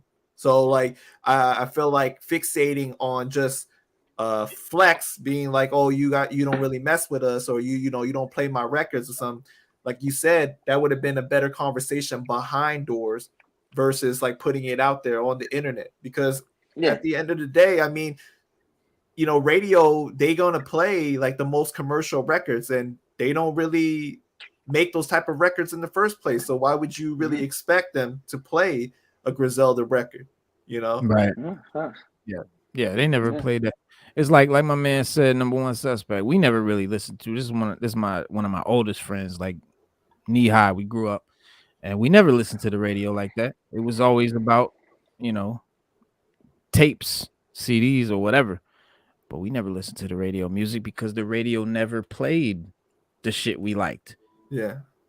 They, at least where we was at, they wasn't playing Wu Tang on the radio. They wasn't playing barely Tupac, unless it was like one of the real R&B hit type songs. But yeah, I mean, the radio was never it for me, and it's really not it now. So the dude ain't got nothing to stand on, in my opinion.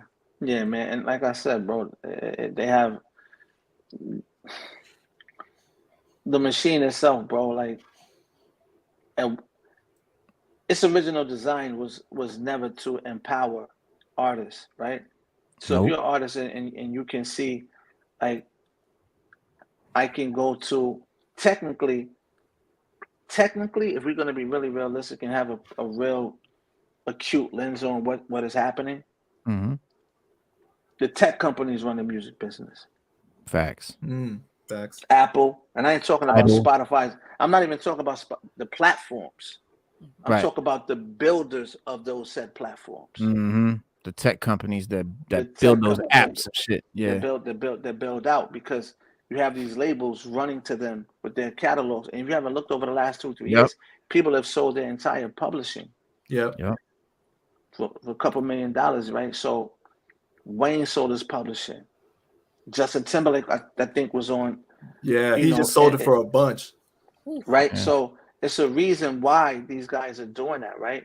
because they started to realize, like, look, maybe they're having conversations that we're not having, right? Essentially, these guys are going to make residual income. The owner of those said things are going to make residual income for their families or their companies for 60, 70, or however many amount of years they have it until they sell it themselves, right?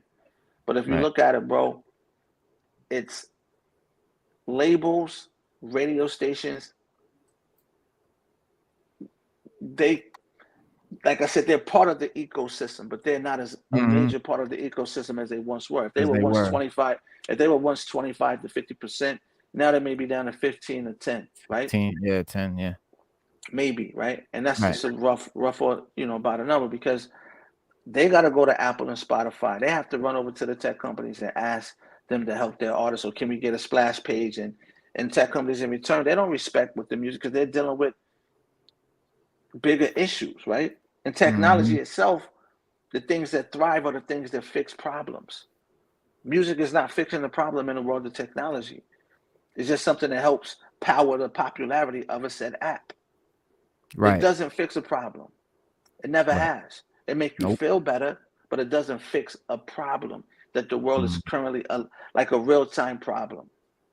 So when you have labels that are handing over their catalogs, or we're going to do digital this, digital that, what they're telling you is we're now, if the label was once the first party, now they're the third party entity of how your music is going to be housed. Because the first person that has it is the digital platforms, right? And the label is doing business with them, but they don't. And this is where the whole issue of when publishing was originally, when it originated, it didn't have digital platforms embedded in the legalities of it, of how it was going to be distributed. And I don't even think it was rewritten. Right? Because they wasn't talking about the internet in the 50s and the 40s and the 60s when publishing was designed. Right. It wasn't even a foresight. Yeah, they didn't even think of nothing like that. Right, exactly. Yeah. So now you have people that may possibly be trying to talk about Web3 and they really don't have anything, whatever, I'm not going to, they really don't have a real firm understanding of what's happening. But this thing this fusion has been happening for the last decade. And labels started to realize they was losing their power. Because remember, in the beginning, there was a little bit like, nah, internet is not where it's at. We got these, we're going to do this. And everything was manual. Until they had to succumb and realize that everybody has a computer in their hand and nobody needed to deal with them anymore, because it was the rebel. It was the rebel in the room. But labels have shown that they will whore themselves out to a tech company that can help their artists for a couple dollars. Right. Until artists realize that, they can go straight to consumer. But then again, you have to have the other et ceteras, other variables have to be in place. And that's where they try to, the marketing dollars or et cetera. So now you're battling for ad space with a big giant. You're a smaller fish and you get in this. But if you're battling Google for ad space, you don't have the same resources or reach as a Google, right? So you're going to have to take the ad space you can see that may have a shorter reach. Or your bandwidth may be different. So you have to know how to place yourself in a stream where you're going to be able to flourish. But labels, they can't, if an artist has a firm understanding of where this thing is at and where it may be headed, labels have an archaic approach to how music is disseminated. And that's why they try to market it and do everything else, because marketing is more or less dealing with people. What do you mean by that archaic approach? It's outdated. Okay. Yeah, right? Archaic is older, right? So, yeah. So it's outdated approach. And because they can't keep up with technology, they just got to keep cool with technology, because they can't adjust at this rate the technology is moving. That's right. So if Apple decided to become a label, Apple Music Records, how many artists you think is not going to mess with Def Jam?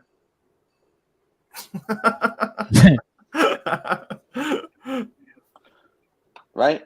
If I say Spotify Records, come sign with us. We giving distribution deals, everything. Bomb. You don't think that labels would be sick in their stomach? But they don't want to deal with that, because Why would they want a music division when I'm a tech company? Right. I'll let y'all do the clown show shit and give us money. Yeah. We need the money. We need the music. We don't need the headaches. Yeah, that's true. Right. Yeah. Right. But one day, what if they decide we want the headache too?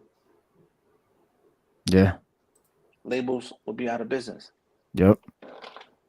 It'll be a problem then. Yeah, because now artists can go straight to consumer. Yeah. I miss the days in the nighttime at 1 o'clock Saturdays at midnight. They play Black Moon, OC, Lord Finesse, Gangstar, Cool G Rap, Most Def, Company Flow, Cool Keith, Artifacts, Dilated People, and so many. Yes, I remember them. I mean, it was great. Late night hip hop, underground hip hop stations on the radio. Like back in the day, it was great. But it's just a different game now, completely different game. You got a question, Amir. How long have you been in the game? And I could tell you came in hip hop, as hip hop, the way we knew it was dying off to what it has evolved to today. Well, my first deal was with Tommy Boy. Oh, damn. No, but that was in 2000, maybe 11, 12. I got signed to Tommy Boy Warner Brothers, and that was my first deal. Didn't go, shout out to Rosie Lopez, man, and Tom Silverman. And around that time, I did an album with them called Only Built for Digital Links. I was talking about technology shit then for a decade, exactly, right? And I would always use the internet and, a lot of these, the blog era when the blogs had sway. Right. But then I watched the New Music Cartel and Complex Media come in and sweep up the blogs, right? And the labels started to befriend them. And the same dudes that were anti-machine and anti, because underground hip hop was surviving on the blogs, right? Because that's where everything was at. People would go to these said websites to find new artists, right? Yeah. But once the blogs went under Complex Media and rolled under Complex Media to become part of what? The New Music Cartel, then I started to see the change happen, where okay, if Amir has a slot and Atlantic has his new artist, Complex Media is going to choose the relationship with Atlantic and the new artist, and Amir won't get picked up for this slot today. And once this started to become normality, you started having guys that depended on these blogs. So now you got to find a new way to maneuver, which then rolled over the playlists. Right. And rolled over to social media. Right. Thus, the changing of the guard, where now Complex Media and etc. was now pretty much in bed with the labels that they once was against. And this happened over a 5 to 10 year period. And now the labels weren't sure if the internet was going to sway in the direction it did. I knew it was. I knew it. And thus giving birth to who? The Wiz Khalifas and etc.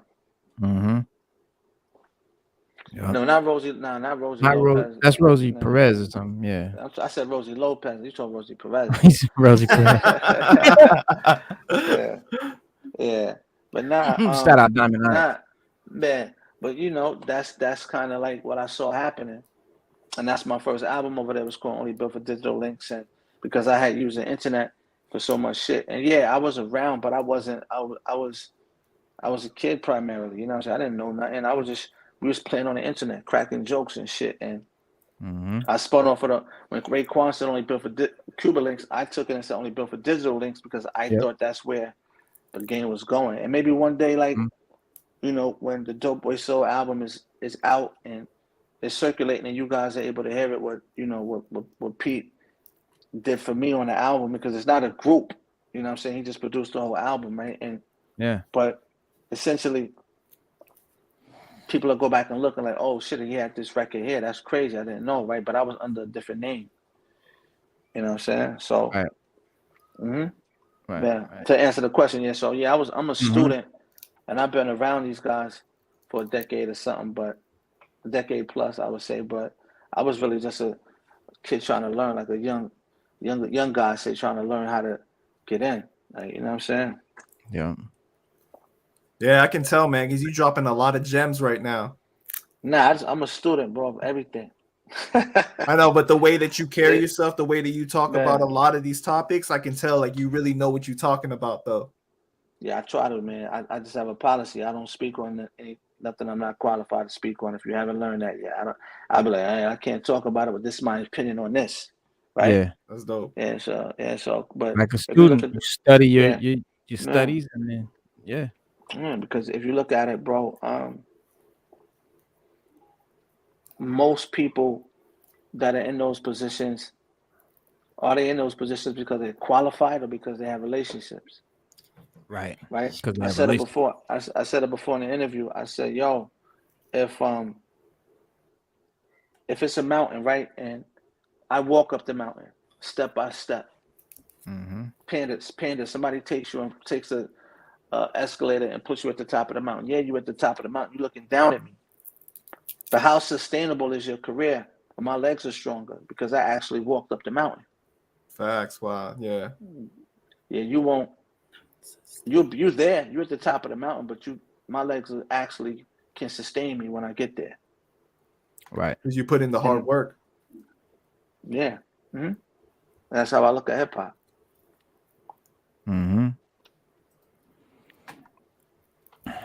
Well, gentlemen,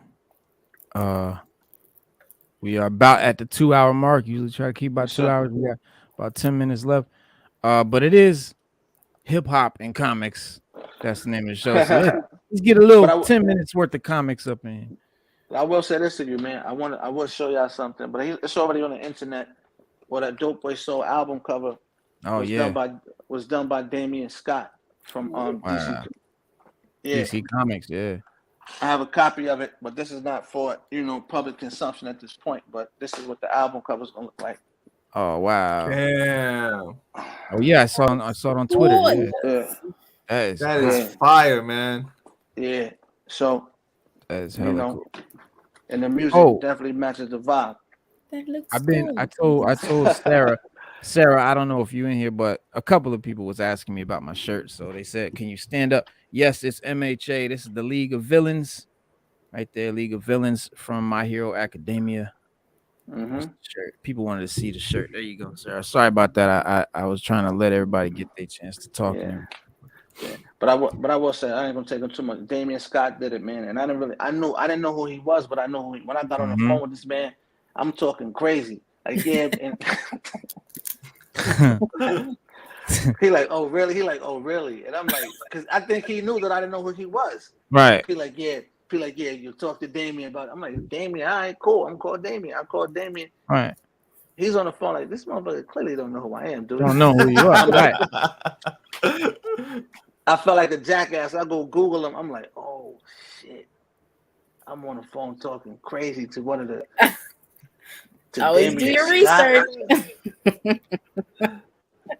Then I called. I said, yo, my bad. I said, my bad, bro. I ain't know. He just started putting mad laughing emojis. I'm like, my bad, man. I ain't know. I'm trying to explain the details of what I want. He up there like, yeah. Like I got this. Yeah. So and then he did the. How you spell his last name? Scott, Scott. Damian, is that Damian? Damion, Scott.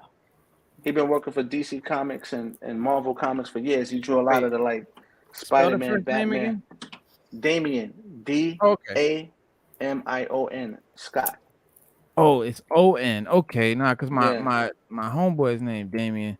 And I'm like, why it ain't If you look him up, man, look him up, he got mad shit. I felt like a jerk. I'm like, that's crazy.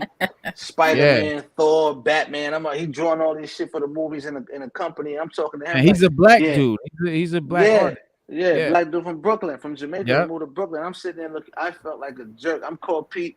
He laughing. I'm like, yo, that's crazy. That set me up. I didn't know who Damian was, but I knew after that. And then when he gave me the cover back, I was floored, bro. So, but this is a personal cover I made for the lab, so I put that up when we put out the album. Yeah, that's brilliant. That's brilliant. But yeah, he so Damian Scott, guys, he's a comic book artist and writer. He's done Batman, Robin, Batgirl, Web of Spider-Man, and Duppy. He splits his time between New York and Tokyo, where he founded an art studio that publishes Japanese comic book called Saturday Morning Cartoons, or SAMC. So yeah, he's definitely he did Thor. He got Thor, Superman, all kinds of shit, bro. trying to see what else. Yeah, Ghost Rider. Daryl makes comics from DMC. Daryl McDaniels. You working with him? Batgirl. He did a lot of shit, bro. Batgirl. Bro, when I seen the Batman, Superman, Thor, I was at that point. I shut up. Right. Right. Ain't nothing else to say. Yeah, right. and you're the actual artist that has drawn shit that's on lunchboxes and all kinds of crazy shit, and I'm up here giving instructions. I need to get him on the show and talk to him about something. That's him right here. That's him right here. That's Damian Scott right there. Mm-hmm. Yeah, we need to get him on here and talk about comics, man. Yeah.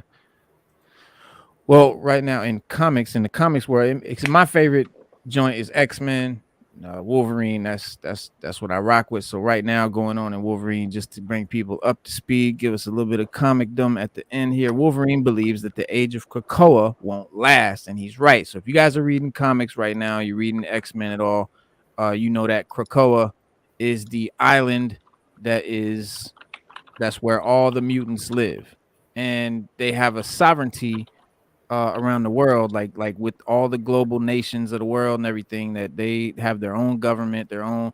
And the way they got that, because if you know comics, you know that the X-Men, the mutants and stuff, deal with oppression and you know, the society, you know, humans, you know, prejudice and you know, genocide and all of that. So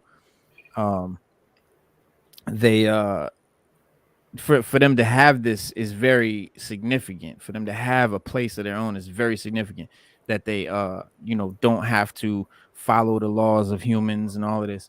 And they've actually, this island is actually a mutant that became an island, became a vegetation and grew into this whole island.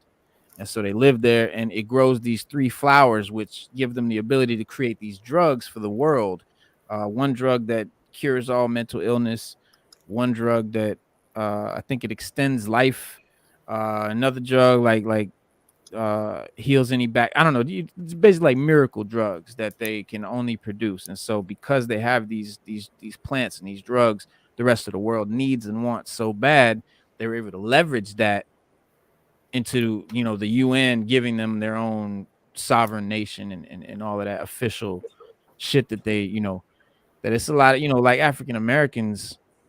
The parallel between the X-Men and African Americans, you know, African, you know, black people in this country, is, you know, that's what they were designed. That's how it was. Professor X was actually designed to be Martin Luther King, and Magneto was actually designed to be Malcolm X. That's who they were built after. That's who they were written after. So, you know, they have their Malcolm X and Professor X. I'm sorry, Malcolm X and Magneto. They want, you know, they want, you know, to have their own sovereignty separate from humans, just like, you know, the Nation of Islam wanted. And Martin Luther King and Professor X, they want to try and build unity and try and have the humans and the mutants live together and harmonize and all of that. So it's, the parallels have always been there. So it's a deep storyline. But right now, what we're talking about is since the introduction, House of X and Powers of X, the mutant island nation of Krakoa has become the epicenter of X-Men's universe. And so many of the team's members occupy important roles within Krakoa's government and infrastructure, and thus the X-Men have become intrinsically tied to the country they helped create. However, one of the X-Men's, you know, main, you know, longest serving members, you know, doesn't share his teammates' belief that Krakoa will stand the test of time. In Wolverine number 23, that's just coming out, you know, Wolverine admitted that he doesn't believe that Krakoa will be around forever. And personally, I gotta agree with my man Logan, because I didn't either. You know, every time the mutants, I don't know if any of y'all follow X-Men or read comics at all, but anytime the mutants have gotten something like Krakoa, like they've gotten they had the Savage Land for a while, they had Genosha for a while, they had Utopia for a while. They always get these little areas and places that, you know, is sort of theirs, and they have it away from humans and whatnot. but it never lasts. It never ever lasts. It always gets taken from them. It always gets, something always goes wrong. But this particular situation is supposed to be different. It is different in the fact that they have, sovereignty from the world and all of that, and they're an official nation, and they have all the same powers and laws that any other country or nation has for the first time ever. But it's Marvel, it's X-Men, so I always thought it wasn't gonna last anyway. But Logan's opinion of the future of Krakoa stands in total opposition to the one promoted by the Quiet Council that governs the island. And it's a brutally honest one that is substantiated in both the growing list of cries currently plaguing the mutant nation and the X-Men history. And so after learning that the X-Men's one-time android ally Danger was seemingly orchestrating a plot against Krakoa, the island, from the ruins of the Xavier School for Gifted Youngsters, right? That's the school where you guys probably saw in the movies. That's where they lived and stuff. That was, Professor X's school that you saw them, living and learning and stuff. And Wolverine and Deadpool traveled to what remained of the school, the dilapidated academy, to confront Danger, the android. And while they were fighting a sentinel across the grounds from the abandoned school, Wolverine reflected on the many happy memories that he'd made while living in the mansion with the rest of the X-Men before accepting, the harsh truth that it wasn't his home anymore, and concluding that it was human nature to outgrow one home and move on to another. Logan acknowledged that even Krakoa would probably become a memory in the rearview mirror, as he said someday. And I think Marvel, the writers period I think they're using that to sort of foreshadow, and kind of get us sort of ready for the fact that, somehow the mutants are going to lose Krakoa. It's just the nature of Marvel, of comics, of the X-Men. It's just how the story. I mean, they could keep making stories, but at some time they're gonna get to the point where it's like there's nothing else we could do. We need something really big to happen, to sell more books and revitalize so they're gonna ruin, they're gonna lose Krakoa. That's gonna be the next big catalyst. Maybe it'll be a year or two from now.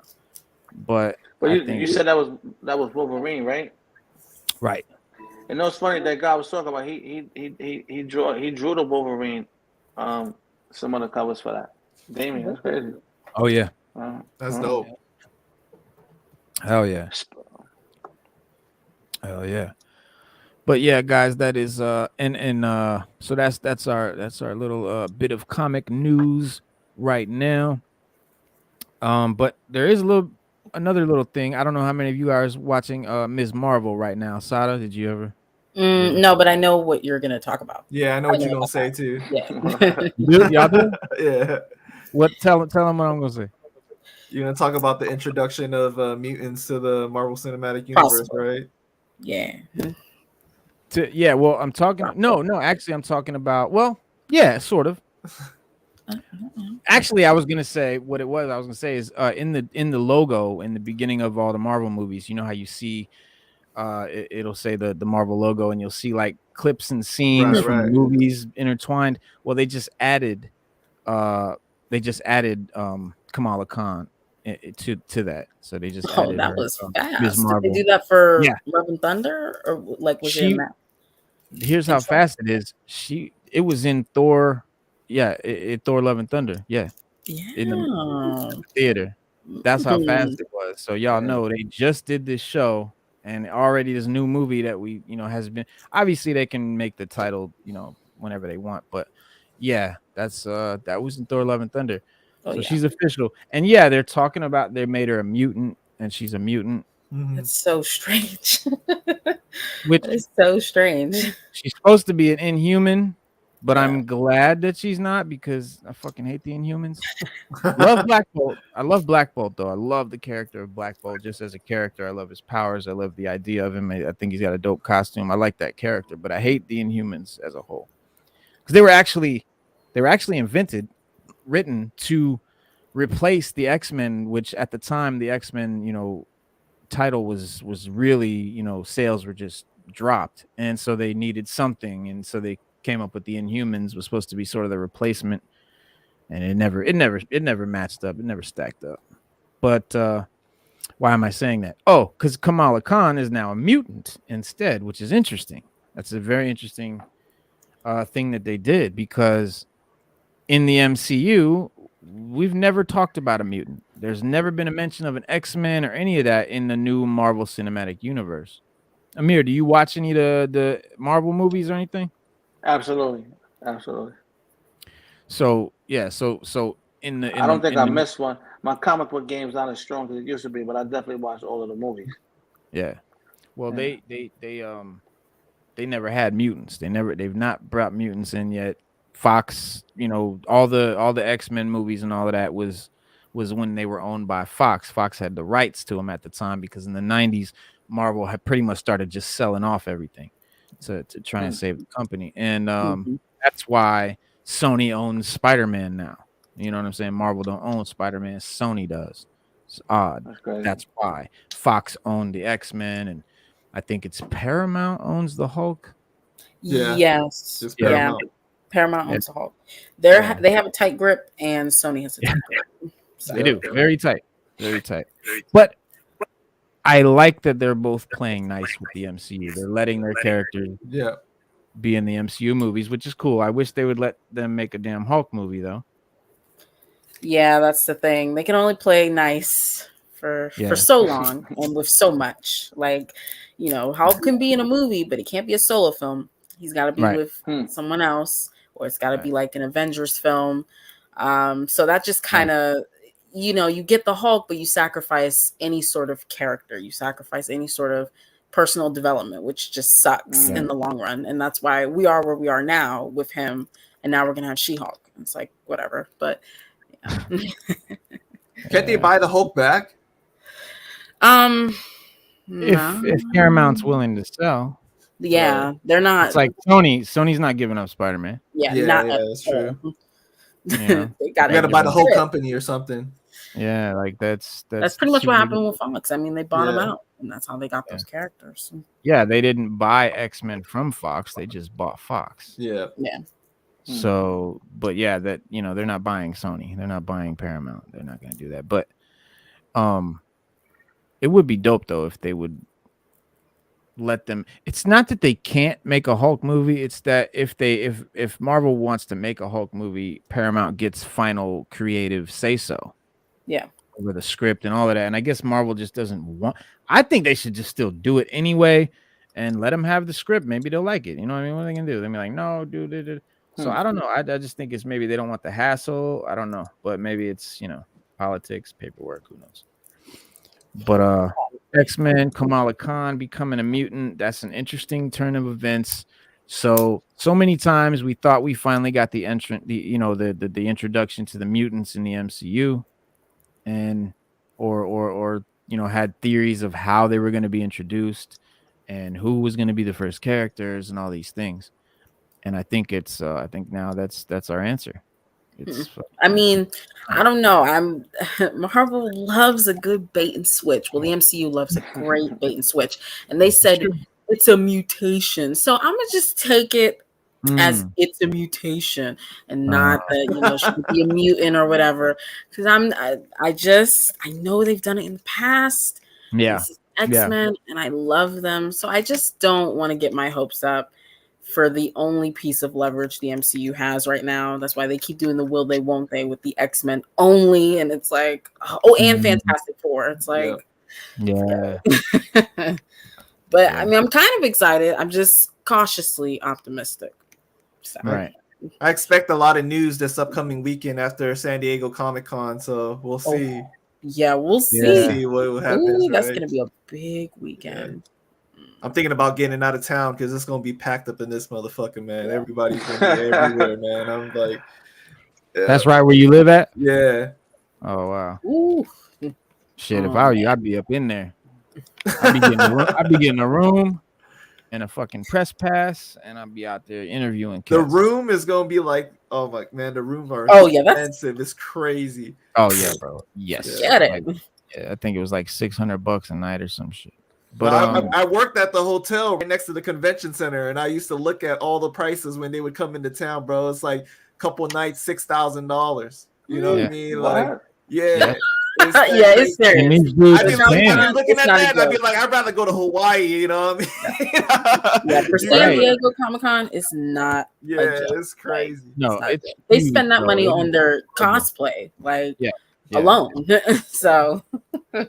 Yeah, they have $10,000 costumes and shit. It's crazy. But yeah, people come from all over the world to that convention. That's the big one. And I'm glad that Marvel decided to actually come through, because they were originally saying they weren't going to. Was it DC? I thought DC wasn't coming or something. I think Marvel said they weren't going to, and then they changed their mind. So I was like, man, we aren't going to find enough information if they don't come through. Because everybody waiting to hear about everything with Phase 5 and all that. Yeah, I think because of the reception to Thor: Love and Thunder, it's all right. We're gonna come through and drop some news.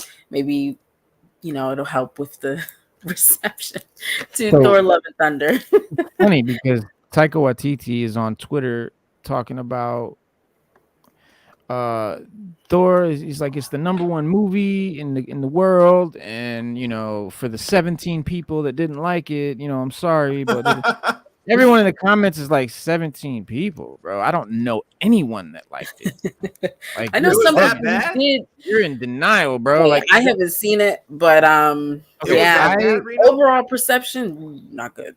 Damn. It is that bad. I'm gonna tell you, because you know why? Because it's just bad joke after bad joke after bad joke, and if it was joke after was trash, yes, bro, like trash, bro. How did Christian Bale do?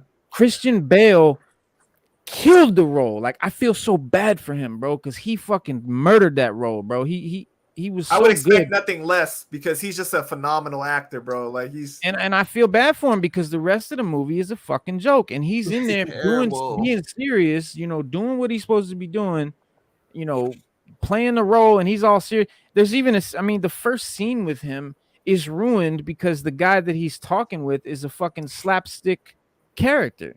Damn. He's like a jokey joke god, like a goofy guy, and here's Christian Bale. He's pouring his heart out. His daughter was just killed. His family was just killed. His whole village is like slaughtered. Like, everyone's dead, and he's acting like that. And then the guy that he's talking to is like this goofy, funny version of Zeus or whatever it is, and it just ruins it. It ruins that scene, ruins that moment. Now, I'm gonna keep it a buck. I didn't finish the movie. I have not seen Thor: Love and Thunder because I couldn't get through it. Damn. Yeah, I think in addition to like, I'm gonna finish it. I think in addition to like bad writing, because they let Waititi have a lot more creative control in this film. I think there was also some studio interference too, because they were saying, like, reportedly Marvel wanted the film to be like under 2 hours, similar to how Warner Brothers is with their DC films. And there was like apparently a 4-hour cut of the film, and multiple actors have said in interviews like, I wish you didn't cut so much out of the film. Like, that it was a running theme. Like, there's just they cut stuff out, and I'm like, 4 hours. If this is the 2-hour cut, I don't know. Yeah, I'm worried about Black Panther 2 with the news that's coming out about that, or the leaks and everything. I'm worried about that. I have no faith in Black Panther 2 being good. Didn't they say like Dr. Doom's story is going to be in there? Oh, I don't know what they're doing. I think they're banking on like Namor. And it's Namor. It's going to be Namor in Atlanta. But I heard that there's like a Dr. Doom storyline with that too. Yeah, that's a lot. But Doom has his own thing coming out. But Latveria is going to be his own. I think it's a show. Is it a show or is it a movie? I don't know. But yeah, you're right. You might be right, Shadow. It might be that. But yeah, Doom has something coming up, something going on. Because they were saying, like, it was reports like they're going to kill off Black Panther kind of in the same manner that Chadwick died in real life, which when he was sick. And it's just like don't kill him off. just just recast them. And I was one of those people at the beginning. I was like, don't recast them right now because it's still fresh. Everything's still very fresh. But we're at this point now where you should recast them, and I don't see how you couldn't. I don't know why you would just end him right there. And his character, we barely scratched the surface with Black Panther. So to axe him off and then bring in Shuri or Shuri. That's what they want to do. Is they want to have a female Black Panther. That's what they want. But it's like that's too soon. So no. Like if it was like after 3 of them, then that would be okay. That would make sense. All right, he got his shit off basically. But like, damn, like right after the first movie, that's like. I just think they should push this film. Just push it. I don't know. Or don't do it. Well, did Chadwick's family say that he would have wanted them to recast him? Yes. Yeah, I mean, he will want the character to go on. So I think definitely push the film. But it's just kind of like to do it now, and it's in shambles right now. Riri's prototype suit was leaked on a t-shirt. It looks bad in my opinion, but it's just it's too much. I don't even know why she's in the film in the first place. It's just, you know why it doesn't make any sense. Like, she has no connection to anyone in Wakanda. There's no reason why she would even be there at all. There's none. Nothing they do has to do with any good writing or any good storytelling. It's not like, this makes sense. It all just has to do with they want to make sure that they have lots of female characters, lots of characters of color, and they feel like as long as they just pile the movie with that, they don't have to do good writing. They don't have to do, they don't have to, you know what I'm saying? So that's what it is. They're just trying to cram as many of these characters in as they can, and I feel like this whole phase has been an experimental phase. Like every movie they did in this phase was like, okay, you tried something. I hope you learned your lesson that it didn't work, and let's have a good phase 5 because people are like, man, it's over. I mean, like Star Wars. So crazy. Yeah, it's like I mean, people are talking about phase 5, and I'm like, phase 5? What the hell was phase 4? Like there was no coherent overarching story at all. Like the only thing we had was what Loki with Kang, I guess, and that was never referenced again. Shang-Chi had his post-credit scene with the rings or whatever. That hasn't gone anywhere yet. Nothing is going anywhere, and it's like, I really think they should have saved Kang for when they were going to start putting the Kang stuff out, like the Kang movies and all of that. But I will say that a lot of it has to do with, and I think people don't really realize or think about the fact that it's COVID messed up phase 4. It messed up the order in which movies were released. It messed up the dates, timing in which they were released. Not that any of these movies, I don't think would have been great if they were released in any different order. But as far as the phase not seeming like it makes sense or being cohesive or having no sort of running story, that's why. It's because they got put out all, discombobulated because of COVID. And I get that. But I hope that they realize that that's part of it, but it's not all of it. Those movies, I mean, these movies that you guys have been doing, man, the writing has just been, I get what you were trying to do, but it doesn't work. I don't know if that's like, for me, I just don't know if that's like a viable excuse like COVID. Because like the money and the resources that you have, it's no excuse for the quality that's been put out for phase 4. Even if it's like a mess and there's no order and everything, I could accept it just being amalgamation of films and it leads to nothing. But they were good movies. But the quality is just dirt poor with the effects and the writing, and it's like, I'm not gonna eat this up, I'm drained. I think part of it for me also, I am burnt out with the MCU. And that's why I haven't watched Miss Marvel. I don't know if I will. I don't think I'm gonna watch Love and Thunder. I don't know about She-Hulk. Like, I feel like maybe I just need a break from the MCU. Just take a small break, and then maybe I'll come back. But I think I'm kind of just burnt out. And then with every piece of film or whatever, TV show, it's been mediocre, and it's like whatever. It has. It has been mediocre. It has not been quality. It hasn't been up to the level that we're used to, that we expect from Marvel. And it's just like I said, Star Wars, everything right now is just not good shit. It's just not good writing. And there's really nothing you can say about it except just please fucking write better stuff, man, because the shit sucks.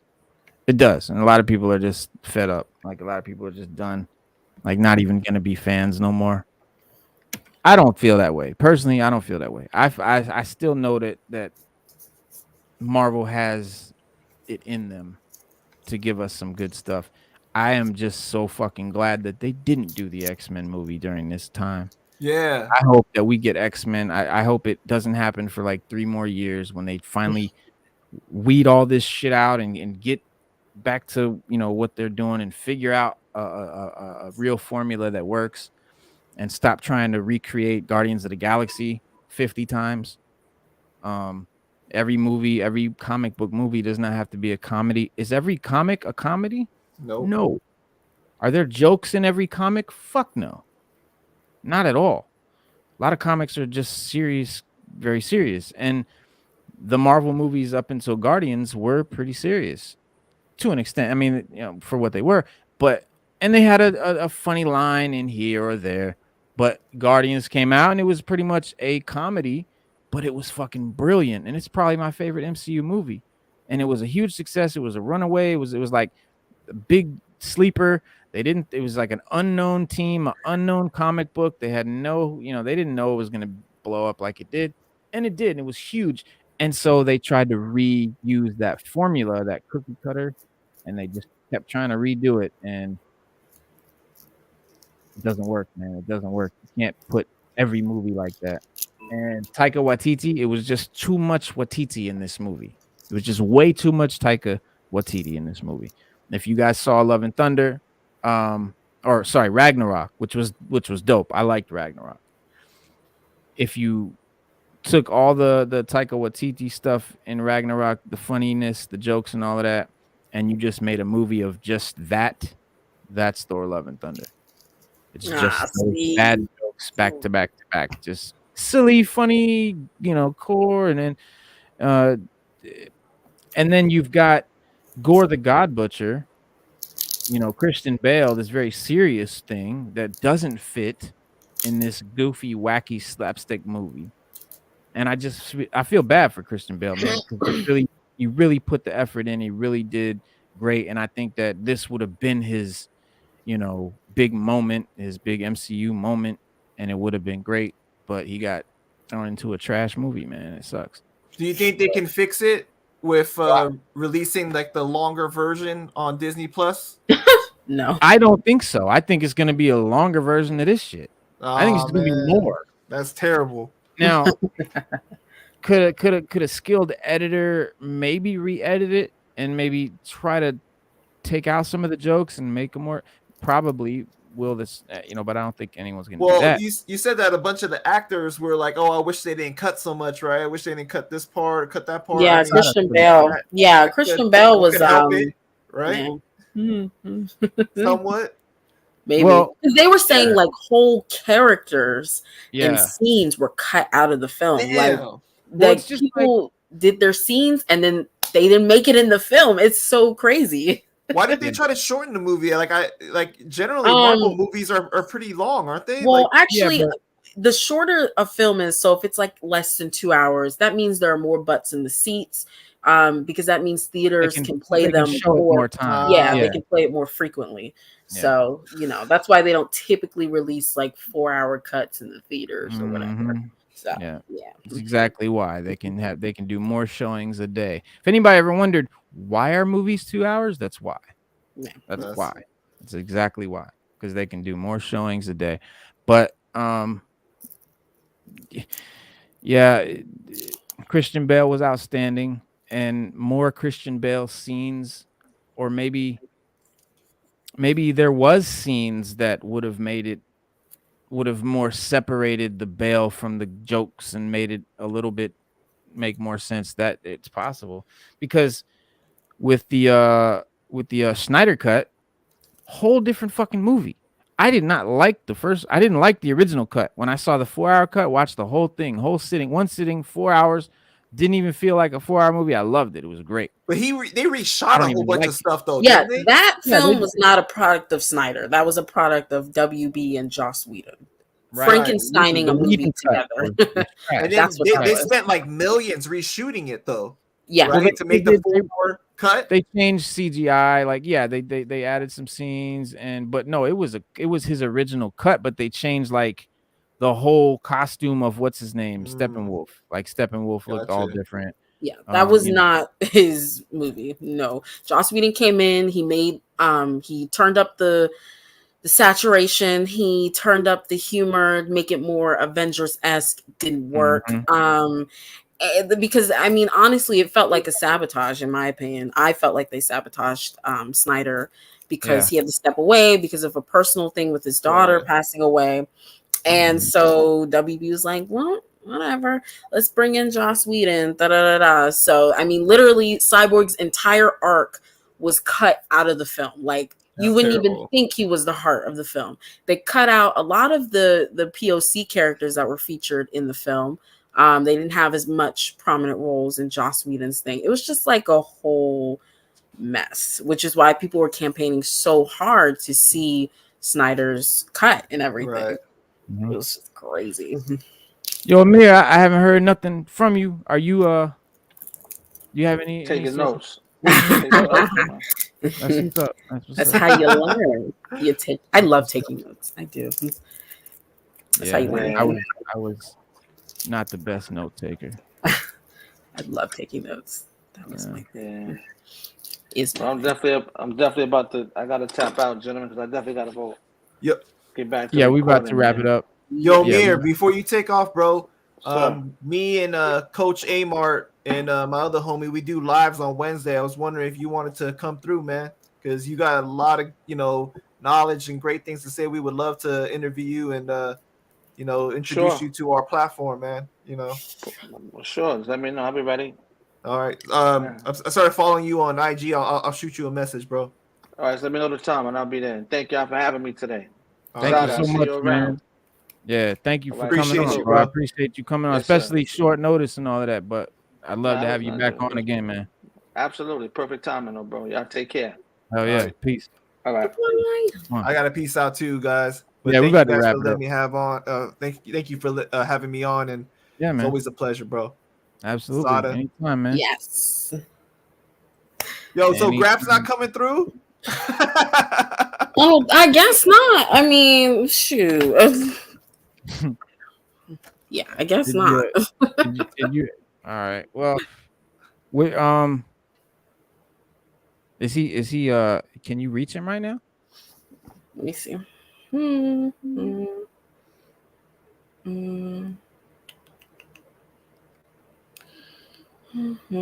Text him. Well, better yet, yeah, because I don't want to. Let's. I'll get in touch with him for you, Shadow. All right, cool. And we'll I'll get you. I'll get him linked up with you. All right, man. All right, man. Thank you. Come on, bro. I appreciate you. All right, take it easy. Yeah, guys. Anytime, man. All right, peace. Peace. Yeah, y'all. So for the people that's here in the chat, man, thank you so much for watching. If you came in late, please check the replay. Run it back, watch it again. It's a great interview. Well, it wasn't really an interview. We just had a great discussion. It was a great show. I had a lot of fun. Thank you to everybody that came on the show and was a guest. Shout out to King Kojo and all of them too. And we will see you guys this Wednesday and then Saturday. So every Monday, every Wednesday, and every Saturday at 6:30 p.m. Eastern Standard Time. And then you can also catch me on Instagram right here at Sixth Element Comics, and where I sell comics, and on the Instagram Live and all of that stuff. Watch it again later. That's what I'm talking about. And guys, if you guys are here in the chat, leave a comment. Let us know anything about like what you feel about the discussion that we had, or anything at all in the comments. Just say what's up, say peace, but please leave a comment. That really helps us out. And same thing if you you're watching this on the replay. We'd love to hear your comments, y'all. So that's our show, man. Thank you guys for coming. Peace. you.